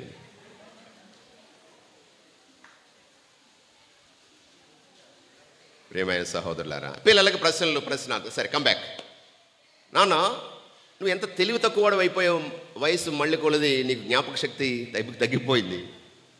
బలి సమర్పించడానికి అన్నావు, బాగానే ఉంది, కత్తి ఉంది, కట్టెలు ఉన్నాయి, నిప్పు ఉంది, గొర్రె పిల్ల ఏది? ఎంత మతిమరుపు నీకు. ఏమన్నాడు? నీవేరా బాబు ఆ గొర్రె పిల్లవి అని చెప్పలేక ఆ దుఃఖాన్ని దిగమింగుకుంటూ, దేవుడే ఇస్తాడురా నాన్న, దేవుడే ఇస్తాడురా. God provides. Moriah means God provides. దేవుడే సమకూరుస్తాడని ఆ కొండకి పేరు. మనందరికీ తెలుసు. బలి సమర్పించడానికి కట్టెలు పేర్చిన తర్వాత తన కన్న కొడుకు కాళ్ళు చేతులు ఆ తండ్రే కట్టి దాని మీద పెట్టి చంపడానికి సిద్ధపడ్డాడు కత్తి పట్టుకొని. దేవుడు, బిడ్డకు హాని చేయకు, నీ విశ్వాసము మెచ్చదగినది, నువ్వు విశ్వాసుల తండ్రిగా తరతరాలకు నీ విశ్వాసుల తండ్రిగా నీవు నిలబడిపోతావు చరిత్రలో ఉన్నాడు. ప్రియమైన సహోదరు, సో తన మరణాన్ని తాను మోసుకు వెళ్తున్నటువంటి వాడు మొదటగా ఎవరు ఇక్కడ? ఈసాకు. ఇక్కడ ఊరియా చూసాం, తన మరణ వార్తను మోసుకెళ్తున్నాడు. మరొక వ్యక్తి ఉన్నాడు, వీళ్ళిద్దరికీ తెలియదు ఏం జరగబోతుందో. మరొక వ్యక్తి ఉన్నాడు, అతనికి అన్నీ తెలుసు, ఏం జరగబోతుందో తెలుసు. కానీ మరణాన్ని ముద్దాడాడు, సిలువను ముద్దాడాడు యేసు ప్రభు. Praise the lord. ప్రేమ కోసము ప్రాణాలు సైతము పెట్టడానికి సిద్ధపడిపోయి తన మరణాన్ని తాను కౌగిలించుకొని మన మీద ఉన్న ప్రేమతో ప్రాణాలను దారబోయడానికి సిద్ధపడినటువంటి మహోన్నతుడు మన ప్రభువు, రక్షకుడు క్రీస్తు, ప్రేమామయుడు యేసు. Praise the lord. సో ముగ్గురు తమ మరణాన్ని వాళ్ళు మోసుకొని వెళ్తున్నారు. సరే, ఇక్కడ తీసుకుని వెళ్ళాడు, అక్కడ చూశాడు, చూసి ముందు వరుసలో పెట్టాడు. సాధారణంగా యుద్ధం జరిగేటప్పుడు పాత సినిమాలో చూసాం కదా, ఇప్పుడు ఎవరు కూడా పాత సినిమాలు ఏంటి, పెద్ద గ్రౌండ్ ఉంటుంది, స్పాట్ నువ్వు చెప్పినా నేను చెప్పినా, టైం నువ్వు చెప్పినా నేను చెప్పినా ఇలాంటి డైలాగ్స్ ఉంటాయి కదా. ఇరు పక్షాల వరకు అక్కడ బొబ్బిలిలో ఒక స్థలం ఉంది, పెద్ద చెరువు అన్నమాట. ఆ చెరువు ఏంటంటే అది రణస్థలం, అది యుద్ధ భూమి, అది అక్కడ పెద్ద స్తూపం ఉంటుంది. ఇప్పుడు మనం చూడొచ్చు, ఇప్పుడు వెళ్ళినా సరే యుద్ధం చేయడానికి బ్యాటిల్ ఫీల్డ్ అనమాట అది. ఈ రెండు సైన్యాలు వస్తారు, వాళ్ళు యుద్ధం చేసుకుంటారు. టైమింగ్స్ ఉంటాయి, ఉదయం 6 నుంచి సాయంకాలం 6 వరకు. సాయంకాలం మళ్ళీ బోర్ అవుతారు. Stop for the day, relax, rest, see you, bye bye, see you tomorrow, రేపు మళ్ళీ కలుద్దాం అని వెళ్ళిపోతాడు ఎవరింటికి వెళ్ళి. ఇప్పుడు అలా కాదు, బాత్రూంలో స్విచ్ నెక్కితే అక్కడ జపాన్ పేలిపోతాడు. అది సరే. యుద్ధ రంగములో యుద్ధం చేసేటప్పుడు తొలి వరుసల్లో ధీరులు, వీరులు, సాహసించేటువంటి బలాఢ్యులైనటువంటి నైపుణ్యం కలిగిన వాళ్ళు ఉంటారట మొదటి వరుసలో. కాబట్టి వాడిని దాటుకొని వెళ్ళడం అంటే ఇంపాసిబుల్. 2వ, 3వ వరుసలో అయ్యేటట్టుగా అయిపోతాడు. అలాంటి భీకరమైనటువంటి పరిస్థితుల్లో కాకలు తీరిన యుద్ధ వీరులు ఉన్నటువంటి తొలి వరుసలో ఇతన్ని పెట్టి, మీరు తగ్గిపోండి, డోంట్ కోఆపరేట్, సహకరించకండి, సహాయాన్ని అందించకండి అన్నాడు. దట్ ఈస్ ద బిగ్గెస్ట్ మోసం. ఈ కుట్ర, హత్య కారకుడు ఒక నేత్రాశ. దావీదును నేత్రాశ ఒక హత్యకు దారితీస్తుంది. దేవుడు చూస్తున్నాడా? చూస్తూ ఊరుకుంటాడా? అది రేపు చెప్తాను, అంతటితో ఆపుదాం, మిగిలిన స్టోరీ రేపు కలుస్తాను. So the fall of great man called David, దావీదుని యొక్క పతనము. ప్రియమైన సహోదరులారా, ఈ విధంగా పాపములోనికి దీస్ ఆర్ ద ఎగ్జాంపుల్స్ అన్నమాట. నేను 3 ఉదాహరణలు ఇచ్చాను. ఏమిటిది? మొదటిదేంటి? ఆదాము అవ్వల పతనము. రెండవది ఒక ఉదాహరణ, అందరికీ తెలిసిన ఉదాహరణ, త్రాగుడు అలవాటు ఏ విధంగా జరుగుతుంది. బైబిల్ నుంచి ఒక ఉదాహరణ, దావీదు పతనం, నేత్రాస ఏ విధంగా ప్రాణం తీయడానికి నడిపించింది. అందరూ నిలబడండి, ఒకసారి ఒక మంచి చక్కని పాట పాడుకుందాం. Praise the lord.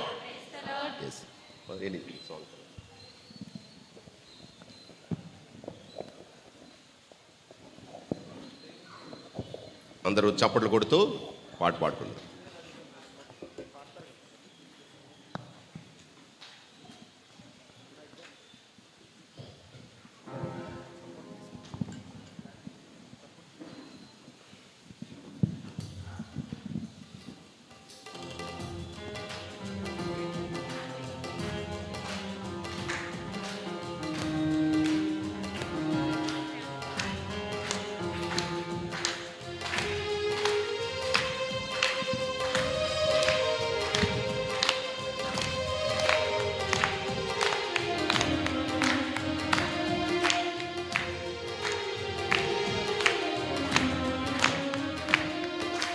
ప్రేమించేదన్ అధికముగా ఆరాధితున్ ఆశక్తితో, ప్రేమించేదన్ అధికముగా ఆరాధితున్ ఆశక్తితో, మనసుతో ఆరాధింతున్, నిన్ను పూర్ణ బలముతో ప్రేమించేదన్.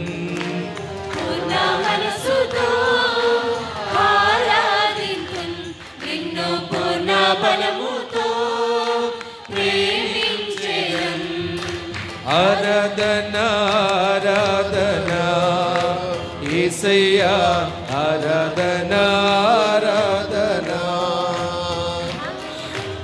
ఆరాధన ఆరాధన యేసయ్యా, ఆరాధన ఆరాధన.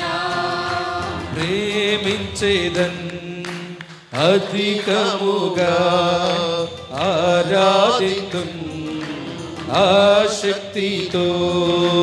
ప్రేమించేదన్ అధికముగా ఆరాధింతున్ ఆసక్తితో.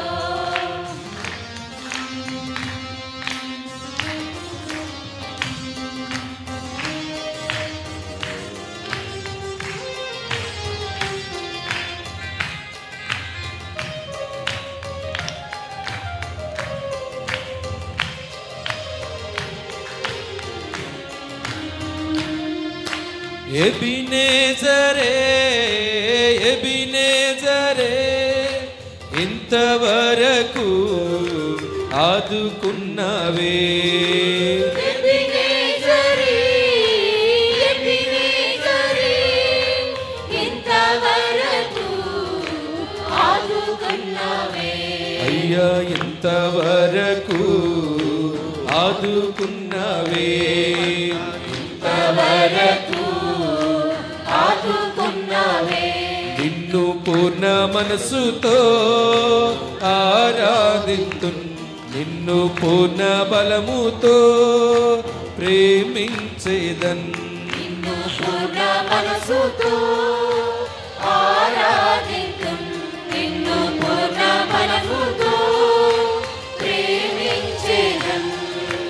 ఆరాధన ఆరాధన యేసయ్యా, ఆరాధన ఆరాధన. ఆరాధన ఆరాధన యేసయ్యా, ఆరాధన ఆరాధన. నీకే ఆరాధన ఆరాధన యేసయ్యా, ఆరాధన ఆరాధన. ఆరాధన ఆరాధన యేసయ్యా, ఆరాధన ఆరాధన.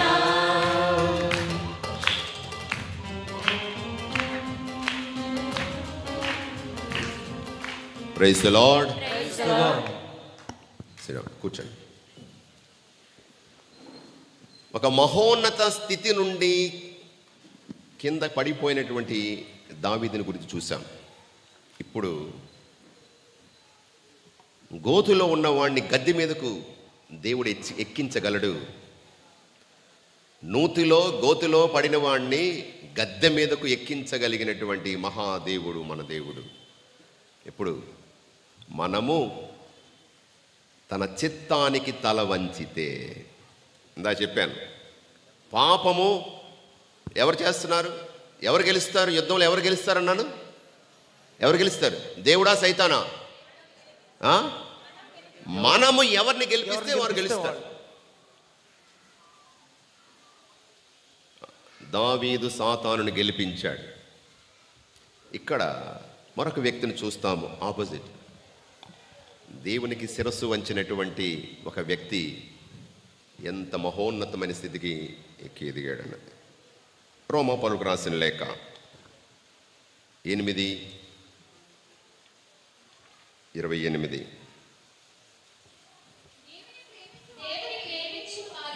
దేవుని ప్రేమించు వారికి అనగా ఆయన ఉద్దేశానుసారము పిలువబడిన వారికి అన్నీను మంచికే సమకూరునట్లు దేవుడు చేయునని మనకు తెలియను. Praise the lord. Praise the Lord.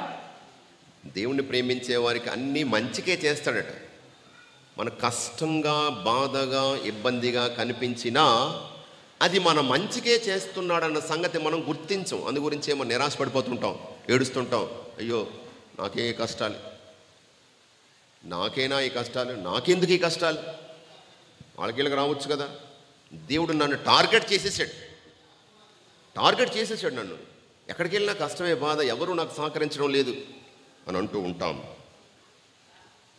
Abraham కుమారుడు ఎవరు? ఇందాక మనం ఏసాకు కుమారుడు. యాకోబుకి ఎంతమంది పిల్లలు? 12 మంది. ఎంతమంది భార్యలు? 4. 2 భార్యలు, 2 దాసీలు. దాసీల సంగతి వదిలేయండి, చాలా మంది ఉన్నారు. అలా మాటకు వస్తే చాలా మంది ఉంటారు దాసీలు. దావీదు గారికి, సొలొమోను గారికి వందలు ఉన్నారట. ఎన్ని వదిలేండి. అఫీషియల్ వైఫ్స్ ఎంతమంది? 2. ఎవరు? లేయా, రాహేలు. సరే, ఎంతమంది పిల్లలు అన్నావు? 12 మంది. 10 + 1 10 మంది కొడుకులు, ఒక కుమార్తె. దీనా ఒక కుమార్తె. సరే, యోసేపు అన్న భార్య నుండి పారిపోయి, ఏసావు నుండి పారిపోయి మోసం చేశాడు. జేకబ్, యాకోబు మోసగాడు, మోసం చేశాడు. అన్నను యొక్క జ్యేష్ఠపుత్రత్వాన్ని లాగేసుకున్నాడు, హక్కులు తెలుసుకున్నటువంటి ఏసావు యుద్ధానికి వచ్చాడు. వీడు పారిపోయాడు.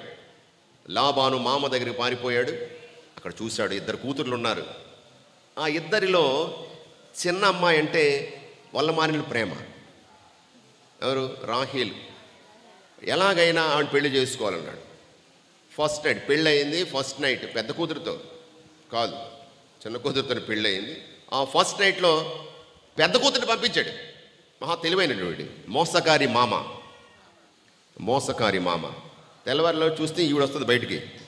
అమ్మ బాబాయ్, మా మామ ఎంత మోసం చేసావంటే, అవునరా అయ్యా, పెద్ద కూతురు ఉంటుండగా చిన్న కూతురికి పెళ్లి చేస్తే లోకం ఏమనుకుంటుంది, దానిలో ఏదో లోపం ఉండుంటుంది, అందు గురించి పెళ్లి జరగలేదని అనుకోరు. అది నాకు ఎంత చెడ్డ పేరు. 7 సంవత్సరాలు, మరొక 7 సంవత్సరాలు, 14 సంవత్సరాలు చిన్న భార్య కోసం, చిన్న రాహేలు కోసము శ్రమించాడు. అంతగా ప్రేమించాడు. అయితే యోసేపు తర్వాత బెన్యమీను పుట్టిన వెంటనే యాకోబు చేతుల్లో పెట్టి చచ్చిపోయింది ఆవిడ. కాబట్టి ఈ చిన్న భార్య అంటే ఇష్టం, వాళ్ళ కొడుకులంటే మరి తల్లి లేని పిల్లలు ఇంకా ఎక్కువగా ప్రేమగా చూసుకున్నాడు. ఇక్కడ పిల్లలు అందరికీ బ్లాక్ అండ్ వైట్ టీషర్ట్లు ఇస్తే యోసేపుని ఎక్కువగా ప్రేమించాడు. కలర్ టీషర్ట్, ఏదో ఫుల్ లెంగ్త్ స్లీవ్స్, మిగతా స్లీవ్లెస్, మిగతా వాళ్ళకి ఫుల్ స్లీవ్స్,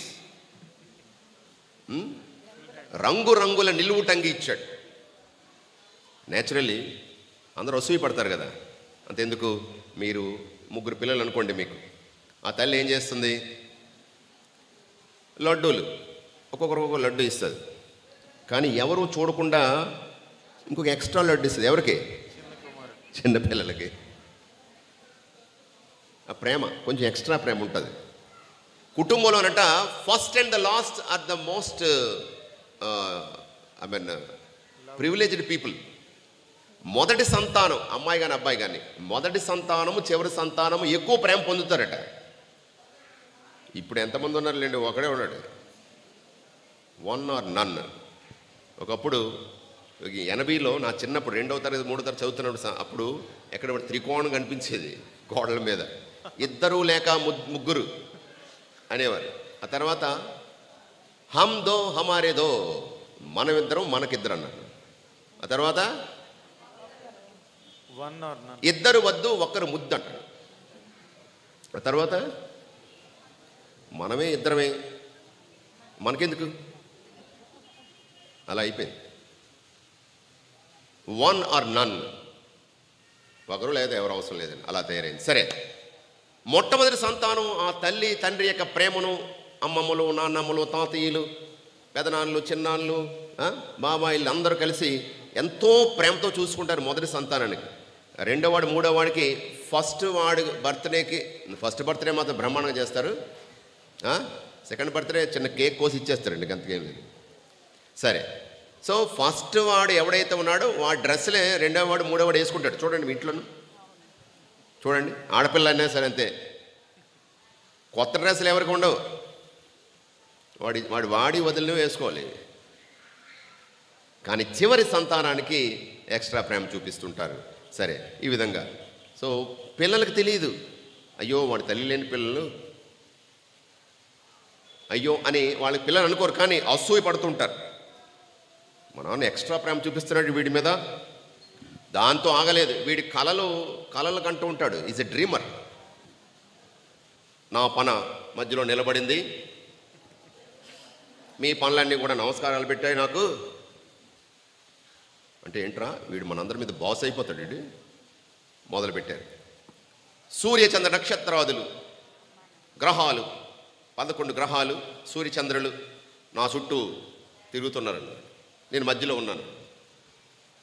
వీడు గొప్పలు చెప్తున్నాడు వీడు అని అసూయ పడుతూ ఉన్నారు. ఒకరోజు ఈ పిల్లలిద్దరిని పంపించేవాడు కాదు, 10 మందిని గొర్రెల మేపడానికి పంపించాడు. చిన్నవాళ్ళిద్దరు ఉండిపోయారు, చిన్న భార్య కొడుకులు కదా, వాళ్ళు ఎక్కడ పని చేయించేవాడు కాదు. ఇద్దరు ఇక్కడ ఉన్నారు, బెంజమిన్ ఉన్నాడు. యోసేపు చెప్తున్నాడు, అరే బాబు మీ అన్నయ్యలు అక్కడ గొర్రెలు మేపడానికి వెళ్ళారు, ఎలా ఉన్నారో చూసిరా అని పంపించాడు. అల్లంత దూరాన్ని చూసి వస్తున్నాడు రా, కళలు కాని వాడు వస్తున్నాడు రా, వేసేద్దాం రండి అన్నాడు. తీసుకువెళ్ళి ఒక పాడుపడిన నూతిలో పారేశాడు, బావిలో పారేశాడు. ఎవడన్నాడు ఎలాగైనా రక్షించడం కోసం ఏమన్నాడు రూబేను, రే వాడిని అలా పారేస్తే మనకేంటి ప్రయోజనం, ఇష్మాయేలీలు వెళ్తున్నారు వ్యాపారులు, వాళ్ళకి అమ్మేస్తే మనకు డబ్బులు వస్తాయి. Oh this idea is good. బయటికి లాగి బానిసగా అమ్మేశారు. ఆ రంగురంగుల టీషర్ట్ ఉంది కదా, దానికి ఒక మేకపిల్లను చంపి దాని రక్తాన్ని దానికి అద్ది ఇంటికి తీసుకెళ్ళారు. చూడు ఇది నీ కొడుకు అంగి ఏమో చూడు, నీ కొడుకు చదివితే ఉంటుంది, నేను నీ కొడుకు నీవు బాగా ప్రేమించే కొడుకు అంగి చూడది దారిలో కనిపించింది. పట్టుకొని ఏడ్చాడు, గుండెలు బాదుకున్నాడు. బిడ్డ తల్లిని కోల్పోయాను, బిడ్డను కోల్పోయాను అని ఏడుస్తున్నాడు. సరే అయిపోయింది. ఇప్పుడు బానిసలుగా అమ్మేశాడు. బానిసకు స్వేచ్ఛ ఉండదు, చెప్పాను ఇందాక, బానిస అంటే స్వేచ్ఛ ఉండదు. పశువుల్లాగా వరుసగా నిలబెడతారు ఆ రోజుల్లో. స్లేవ్ ట్రేడ్, బలిష్టమైన వారికి ఎక్కువ రేటు పలుకుతారు, ఎందుకంటే అన్ని పనులు చేయాలి వాళ్ళు, యజమాని ఏం చెప్తే చేయాలి. పోతీఫరు అనేటువంటి ఈజిప్టు దేశంలో పోతీఫరు అనేటువంటి యజమానికి బానిసగా ఇతడు అమ్మబడ్డాడు. చక్కని ముఖ వచ్చస్సు కలిగిన వాడు, తెలివైన వాడు, అందగాడు. ఆ పోతీఫరు భార్య కన్ను వీడి మీద పడింది. ఎలాగైనా పాపం చేయాలని అనేక ప్రయత్నాలు చేసేది, అదే పనిలో ఉండేది. ఒంటరిగా ఉన్నప్పుడు ఆదికాండం 39వ అధ్యాయం, ఒంటరిగా ఉన్నప్పుడు చెయ్యి పట్టుకుంది, పాపం చేయమని బలవంతం చేసింది. దానికి ఏమంటున్నాడు, అమ్మా ఇది భగవద్రోహము కాదా అంటున్నాడు. ఇది భగవద్రోహము కాదా, నీ యజమానిని మోసం చేస్తున్నాను, దేవుణ్ణి మోసం చేస్తున్నాను అని చెప్పి తప్పించుకునేవాడు. ఒకసారి ఒంటరిగా ఉన్నప్పుడు ఏదో పని మీద, అసలు నిజానికి ఒంటరిగా ఉన్నప్పుడు వెళ్ళేవాడు కాదట. చూడు ఎంత జాగ్రత్త పడ్డాడో, ఎంత జాగ్రత్త పడ్డవాడు. మరి ఈరోజు ఒంటరితనాన్ని కోరుకుంటున్నాం అందరూ కూడా ప్రపంచంలో. ఒంటరితనం, ఎవరు చూడకూడదు నన్ను, నేనేం చేసినా ఎవరు కంటపడకూడదు, కాబట్టి గోప్యత ఎక్కువైపోయింది. భర్త భార్య సెల్ ఫోన్లు, సెపరేట్ సెల్ ఫోన్లు, సెపరేట్ టీవీలు, సెపరేట్ పిల్లలు, సెపరేట్ గదులు, separate. I want my freedom. ఒంటరితనం మనం పాపానికి లాగుతుంది. కాబట్టి ఈ రోజుల్లో మనకు బోల్డెని వలలు, నెట్ అంటేనే వల. మన చిన్న పిల్లలు, చేప పిల్లలు పడిపోతున్నాయి సులువుగా అందులో. ఇంటర్నెట్, ఇక చాటింగ్, తర్వాత ఇంకా పోర్నోగ్రాఫిక్ ఫిల్మ్స్, లిటరేచర్, ఇంకా చెప్పనవసరం లేదు. మరియు ఫ్రెండ్స్, వాడు మొక్క ఎప్పుడు చూడలేదు, పెళ్ళిళ్ళు చేసేసుకుంటున్నారు. ఫోన్ ఫ్రెండ్స్, ఇందులో మంచి యంగ్ గర్ల్ పెడతాడు, ఇక్కడ అమ్మాయి పెడతాది, అది ముస్లిం, అది పెళ్ళిళ్ళు అయిపోతున్నాయి. మోసాలు, ఆన్లైన్ యాప్స్, బెట్టింగ్ యాప్స్, ఇవన్నీ కూడా ప్రియమైన సహోదరులారా. ఒంటరితనం నుండి పారిపోతున్నాడు. చూడండి, అక్కడ చాలా జాగ్రత్త పడుతున్నాడు, చాలా జాగ్రత్త పడుతున్నాడు. మనం ఈరోజు సులువుగా లొంగిపోతున్నాం, దొరికిపోతున్నాం. అక్కడ వెళ్ళేవాడు కాదట. ఒకరోజు ఏదో పని మీద వెళ్తే పట్టుకుంది, పై వస్త్రాన్ని విడిచిపెట్టి పారిపోయాడు, లొంగిపోలేదు. That is Joseph. Praise the lord. పారిపోయాడు, లొంగిపోలేదు. ఏముంది, ఎవరు చెప్తారు? ఎవరో చెప్పరు, ఎవరూ లేరు, ఆవిడ చెప్పదు. పాపం చేయడానికి సరి అయిన అవకాశము, కప్పపుచ్చుకోవడానికి కూడా గొప్ప అవకాశము. ఆమె కోరిక తీరుతుంది, నన్ను మదిలి వదిలేస్తుంది అనుకున్నాడు. లొంగిపోలేదు, పారిపోయాడు. ప్లేటు మార్చింది, ఏడుపు ముఖం పెట్టింది. ఇదిగో నువ్వు తీసుకొచ్చినటువంటి హీబ్రేయుడు నీకు ఎసరు పెట్టబోయాడు, నీ సంసారాన్ని, నీ కాపురానికి ఎసరు పెట్టబోయాడు, నన్ను చెరపట్టబోయాడు, నీకు అవమానం తేబోయాడు, నిందల పాలు చేయబోయాడు. అదిగో వాడు అన్నాడు. అమాయకుడు. పోతీఫరు నమ్మలేదు, కానీ భార్య ముఖం చూసి చెరసాల్లో వేయించాడు. ప్రియమైన సహోదరులారా, అక్కడ జైల్లో తేలాడు. అక్కడ కూడా గొప్పగా అతను రాణిస్తున్నాడు. జైలు అధికారి ఇతనికి అన్నిటి మీద అధికారం ఇచ్చాడు. అక్కడ ప్రియ సహోదరులారా, ఇద్దరున్నారు, బట్లర్ అండ్ బేకర్. ఏదో పనులు చేశారు, వాళ్ళు జైల్లోకి వచ్చారు. రొట్టెలు తయారు చేసేవాడు, అందించేవాడు, అలాగే పానీయాలు అందించేవాడు. వాడికి కలలు వచ్చాయట. పానీయ వాహకుడు ద్రాక్ష తీగ 3 రెమ్మలు రసము అందించి రాజుకిస్తాడు అన్నాడు. ఈ రొట్టెలు తయారు చేసేవాడు 3 గంపలు ఉన్నాయి, ఆకాశ పక్షులు వచ్చి తినేశాయి, చెట్టుకు వేలాడదీశారు, పక్షులు తినేశాయి అన్నాడు. నిన్ను ఆకాశ పక్షులు వచ్చి తినేస్తాయి అంటే చచ్చిపోతావు అని అన్నట్టుగా జరిగింది. వంటవాడు చచ్చిపోయాడు, 3 రోజుల్లో విడుదలైపోయింది, చంపేశారు. వీడి పానీయ వాహకుడు బతికిపోయాడు. రాజుగారి ఆస్థానంలో మళ్ళా పానీయాలకి సేమ్ ఓల్డ్ డ్యూటీలో జాయిన్ అయిపోయాడు. నేను ముందు చెప్పాడు, మీకు మంచి జరిగితే నన్ను గుర్తుంచుకోండి అన్నాడు. పాపం, మీకేమైనా మంచి జరిగితే నన్ను గుర్తుంచుకోండి మీరు బయటికి వెళ్ళిన తర్వాత అన్నాడు.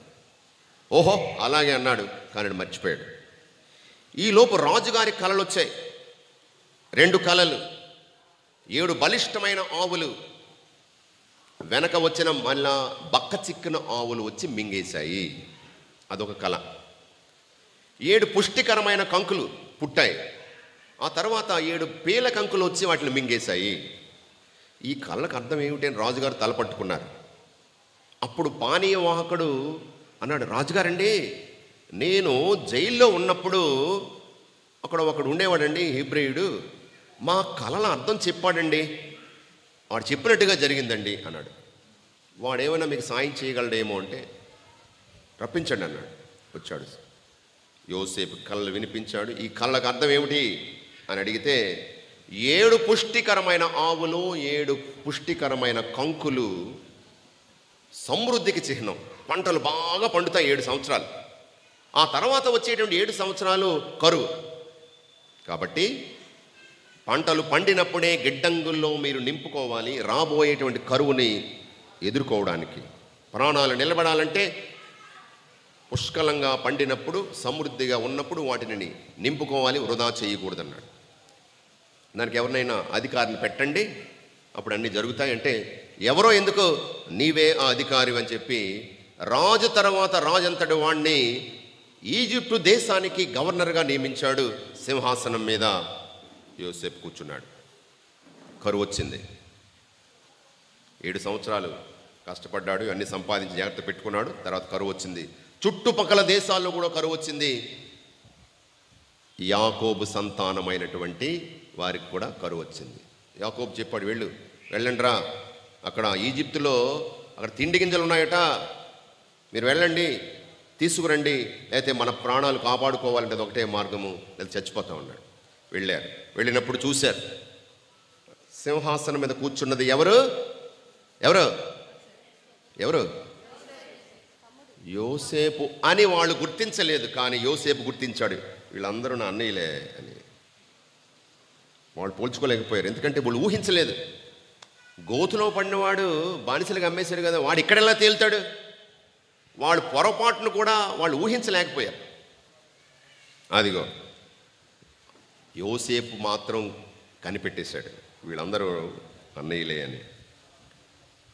ఏం తెలియనట్టు దుబాసీని ఏర్పాటు చేసుకున్నాడు. దుబాసీ అంటే ట్రాన్స్లేటర్. వాళ్ళు ఆ భాషలో చెప్తే మళ్ళీ భాషలో తర్జుమా చేస్తారు. చెప్పాడు ఏంటి వాళ్ళందరూ చెప్తే ఏదో అన్నాడు. వీళ్ళందరూ గూఢచారుల్లా ఉన్నారు, వీళ్ళందరూ గూఢచారుల్లా ఉన్నారు, తీసుకెళ్ళి జైల్లో వేసేయండి అన్నాడు. మహాప్రభు మేము గూఢచారులు కాదండి, మేము 12 మంది 11 మంది సంతానం, 10 మంది అన్నదమ్ములం. తర్వాత ఇలా జరిగింది, 12 మంది అన్నదమ్ములు అని చెప్పిన తర్వాత, అయితే తర్వాత మనం చూస్తాం మిగతా ఒకడేమో చచ్చిపోయాడు, ఒకడు చచ్చిపోయాడు అన్నారు. ఎవడు? అది విని చాలా బాధపడ్డాడు పాపం, చాలా బాధపడ్డాడు. సరే చెప్పలేదు, చెప్పకూడదు, ఇంకా మీరు గూఢచారులా ఉన్నారు, జైల్లో వేసిండంటే. తర్వాత సిమియన్ మీరు ఎవరో ఉండి దగ్గర ఉన్నారన్నారు కదా, వాడిని తీసుకురండి అన్నారు. చాలా స్టోరీ ఉంది. చివరిలో బెంజమిన్ని తీసుకురావడానికి ప్రయత్నం చేశారు, తీసుకొని వచ్చారు. చూసినప్పుడు ఎంతో ఆనందించాడు, సంతోషించాడు, కౌగిలించుకున్నాడు, స్వయంగా వడ్డించాడు వాళ్ళందరికీ. 45వ అధ్యాయంలో చూడండి, 2-3 వచనాలు. 45-2-3 వచనాలు. యేసేపు సేవకుల ఎదుట తన భావము అణుచుకొన జాలకపోయేను. మీరందరూ నా ఎదుట నుండి వెళ్ళిపోండు అని వారి కానతిచ్చెను. కావున యోసేపు సోదరులకు తన్ను తానెరుకపరుచుకున్నప్పుడు అక్కడ ఎవరునూ లేరు. అతడు బిగ్గరగా ఏడ్చాడు, కౌగిలించుకున్నాడు, బిగ్గరగా ఏడ్చాడు. అప్పుడు అతను ఎవరో తెలియచేసుకుంటున్నాడు, తెలియపరుస్తున్నాడు. 5వ వచనం చదవమ్మా, చాలా ముఖ్యమైన వచనం, జాగ్రత్తగా వినండి. నన్ను బానిసగా అమ్మివేసినందులకు, నన్ను బానిసలుగా, నేను మీ తమ్ముణ్ణి, నన్ను బానిసలుగా అమ్మివేసినందుకు మీరు దుఃఖించుచు కలత చెందవద్దు. మీరు బాధపడకండి. మీ ప్రాణములు రక్షించుటకు, మీ ప్రాణములు రక్షించడానికి దేవుడే మీకు ముందుగా నన్ను పంపెను. దేవుడే నన్ను మీ ముందుగా పంపించాడు. Praise the lord. Praise the lord. ప్రాణాలు తీయడానికి సిద్ధపడినటువంటి వారితో ఎలా మాట్లాడగలుగుతున్నాడు చూడండి. మీరు బాధపడకండి, నా కష్టాలు వచ్చాయని చెప్పి మీరు బాధపడకండి, దేవుడు ఏర్పాటు ఇది. అంతా మన మంచికే దేవుడు చేశాడు, అంతా మన మేలుకే ఆ ప్రభువు చేశాడు. మీ ప్రాణాలు, ఈ దేశ ప్రజల ప్రాణాలు కాపాడడానికి నన్ను కష్టాలు పాలు చేశాడు, నన్ను ఇబ్బందులు పాలు చేశాడు. కానీ దేవుడు గొప్పవాడు, దేవుడు గొప్పవాడు అని చెప్తున్నాడు ప్రియమైన సహోదరులారా. ఆ తర్వాత వీళ్ళందరూ కూడా తిరిగి వచ్చారు. యాకోబు సంతానం అంతా కూడా ఐగుప్తు దేశానికి వచ్చి అక్కడ సెటిల్ అయిపోయారు. 430-450 సంవత్సరాలు అక్కడ వాళ్ళు ఉండిపోయారు. చివరిలో యాకోబు చనిపోయాడు. యాకోబు చనిపోయిన తర్వాత చివరి అధ్యాయం 50వ అధ్యాయము 15-21 వచనాలు చదవండి. అప్పుడు వీళ్ళు ఇంకా వదిలిపెట్టడం లేదు, ఇంకా భయం అలాగే ఉంది, అలాగే ఉండిపోయింది. అక్కడ విషయం ఏంటంటే తండ్రి చనిపోయాడు, ఇంకా ప్రశ్నించేవారు లేరు. తమ్ముడు అధికారం కలిగి ఉన్నాడు, సీట్లో కూర్చున్నాడు, మన పేకలు తెగేసేస్తాడు అన్నాడు, మనల్ని చంపేస్తాడు. తండ్రి ఉన్నాడు కాబట్టి భయపడ్డాడు, తండ్రి చనిపోయాడు కాబట్టి వీడు మన ప్రాణాలు తీసేస్తాడు అని భయపడిపోయి ఒక ఉత్తరం రాసినట్టుగా తండ్రి చెప్పినట్లుగా చెప్తున్నారు. చదువు. అందుచేత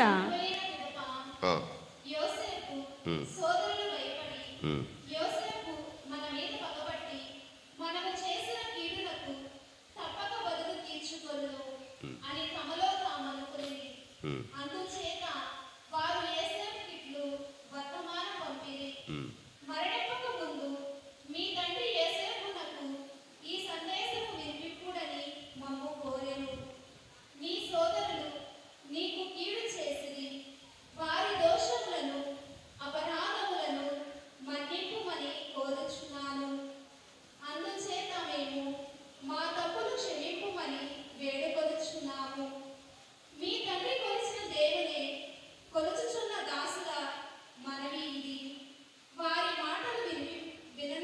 సో ఈ విధంగా చెప్పారన్నమాట. ఇదిగో వాళ్ళు తప్పు చేశారు, క్షమించు అని నాన్నగారు చెప్పారు చచ్చిపోయే ముందు అని ఉత్తరం రాసి పంపించారు.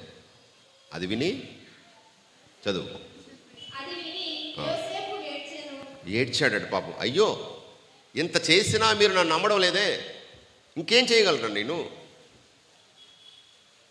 ఇన్ని చేసినా సరే ఇంకా నేనేదో మీ మీద పగ తీర్చుకుంటానని మనసులో ఏదో పెట్టేసుకున్నాను, ప్రతీకారం తీర్చుకుంటానని అనుకుంటున్నారే, ఇంకా ఇంక చేయాలరా నేను మిమ్మల్ని నమ్మించడానికి అంటున్నాను.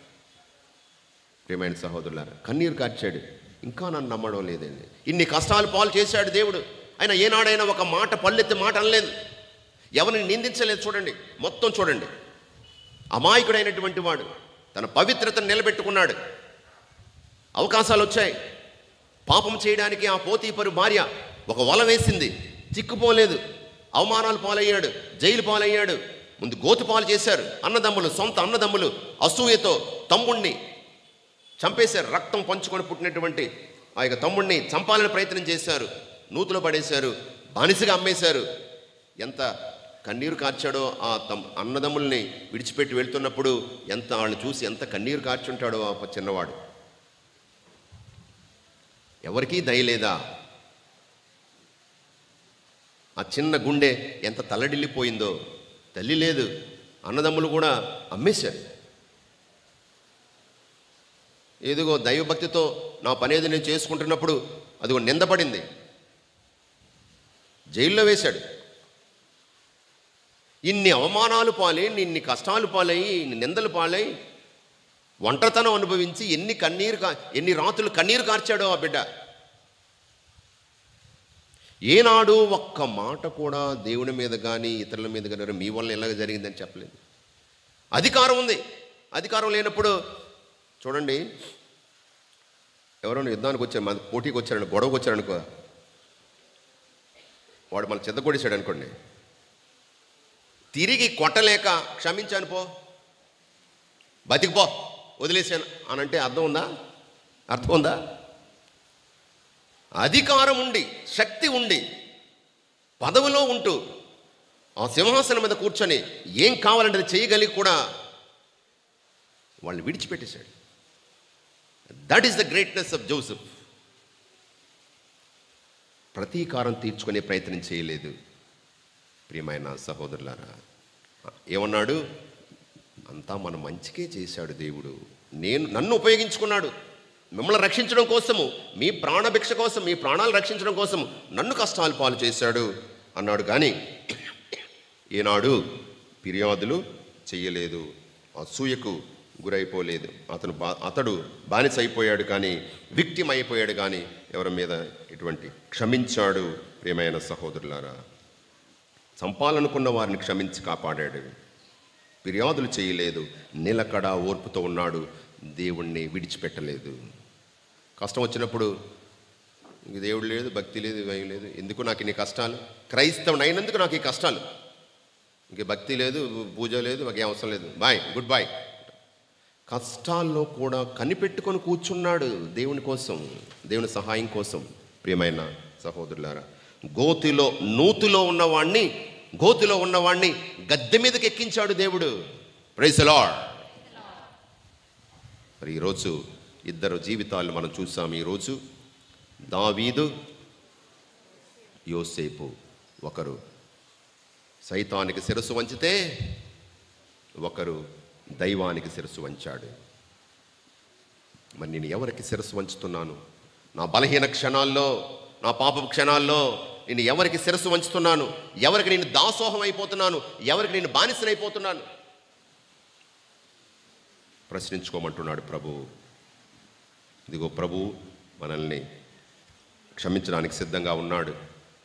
చివరి దివసప్రసాద ఆశీర్వాదము, దివసప్రసాదము మన మధ్యకు తీసుకొని వచ్చినప్పుడు ఆ ప్రభు సన్నిధిలో మీ పాపములను ఒప్పుకోండి, కన్నీరు కార్చండి. ప్రభువా, నిన్నే నేను, సాతానును కాదు, నిన్నే నేను ఆరాధిస్తాను, నీవే నా శరణము, నా బలము, నన్ను నడిపించని మనము దివసప్రసాద ఆశీర్వాద ఆరాధన పాట పాడుతున్నప్పుడు దివసప్రసాదంతో మీ మధ్యకు ప్రభువుని తీసుకొని వచ్చినప్పుడు ఆ ప్రభు సన్నిధిలో మీ జీవితాలను సమర్పించి ఆ ప్రభుని యొక్క క్షమాపణ కోరుకుంటున్నాను.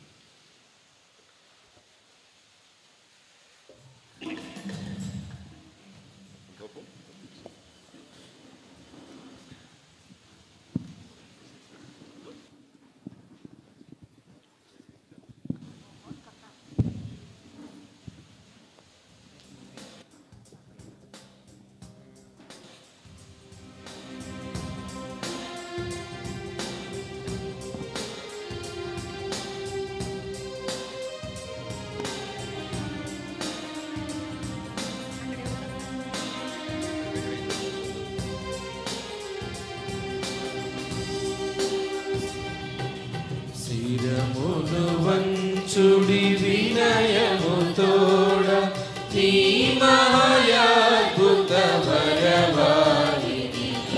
శిరమును వంచుడి వినయముతోడ నూతన ఆరాధన ప్రజ్వలింప నూతము నీదు పాదవ పందము పంచేంద్రియము గ్రహించగల్గు విశ్వాసమేగా దైవ రహస్యం.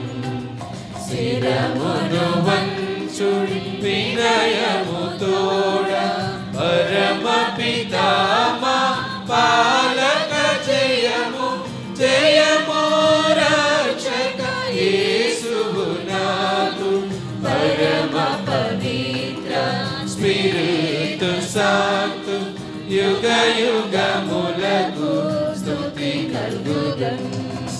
శిరమును వంచుడి వినయముతోడా.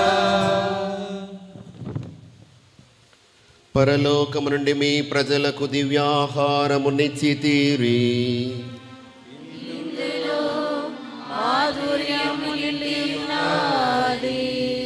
ప్రార్థించుదము. ఓ సర్వేశ్వర, అద్భుత దేవద్రవ్యానమానము ద్వారా మీ పాటుల జ్ఞాపక చిహ్నమును మా కోసంగా చిత్తగించితిరే.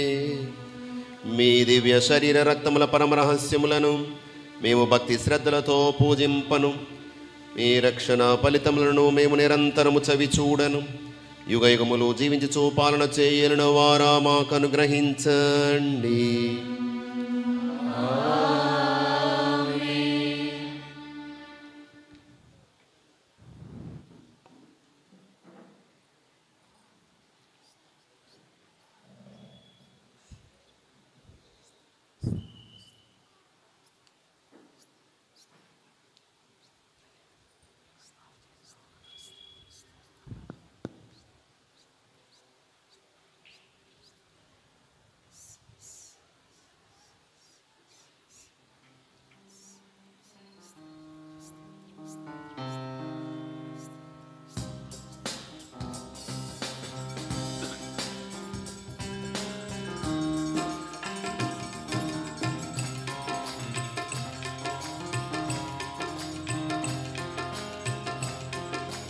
తండ్రి ఆరాధన, పరలోక తండ్రి ఆరాధన, పరలోక తండ్రి ఆరాధన, పరలోక తండ్రి ఆరాధన, పరలోక తండ్రి ఆరాధన, పరలోక పరలోక తండ్రి ఆరాధన, పరలోక తండ్రి ఆరాధన. యేసు నామం జై జై జై, క్రీస్తు నామం జై జై, యేసు నామం జై జై జై, క్రీస్తు నామం జై జై. యేసు రక్తం జై జై జై, క్రీస్తు రక్తం జై జై, యేసు రక్తం జై జై జై, క్రీస్తు రక్తం జై జై. యేసు నామం జై జై జై, క్రీస్తు నామం జై జై, యేసు నామం జై జై జై, క్రీస్తు నామం జై జై.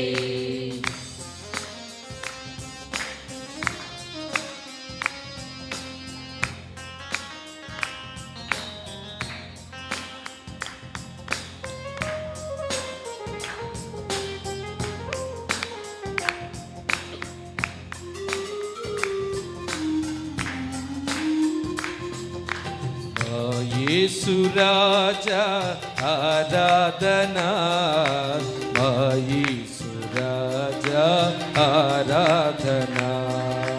నా యేసు రాజా ఆరాధనా, నా యేసు రాజా ఆరాధనా. మా యేసు రాజా ఆరాధనా. నా యేసు రాజా ఆరాధనా, మా యేసు రాజా ఆరాధనా. నా యేసు రాజా ఆరాధనా. యేసు నామం జై జై, జై క్రీస్తు నామం జై జై. యేసు నామం జై జై, జై క్రీస్తు నామం జై జై. యేసు రక్తం జై జై, జై క్రీస్తు రక్తం జై జై. యేసు రక్తం జై జై, జై క్రీస్తు రక్తం జై జై. యేసు నామం జై జై, జై క్రీస్తు నామం జై జై. యేసు నామం జై జై, జై క్రీస్తు నామం జై జై. యేసు రక్తం జై జై, జై క్రీస్తు రక్తం జై జై. యేసు రక్తం జై జై, జై క్రీస్తు రక్తం జై జై. యేసు నామం జై జై, జై క్రీస్తు నామం జై జై. యేసు నామం జై జై, జై క్రీస్తు నామం జై జై. యేసు నామం జై జై, జై క్రీస్తు నామం జై జై. యేసు నామం జై జై, జై క్రీస్తు నామం జై జై. యేసు నామం జై జై, జై క్రీస్తు నామం జై జై. యేసు నామం జై జై, జై క్రీస్తు నామం జై జై.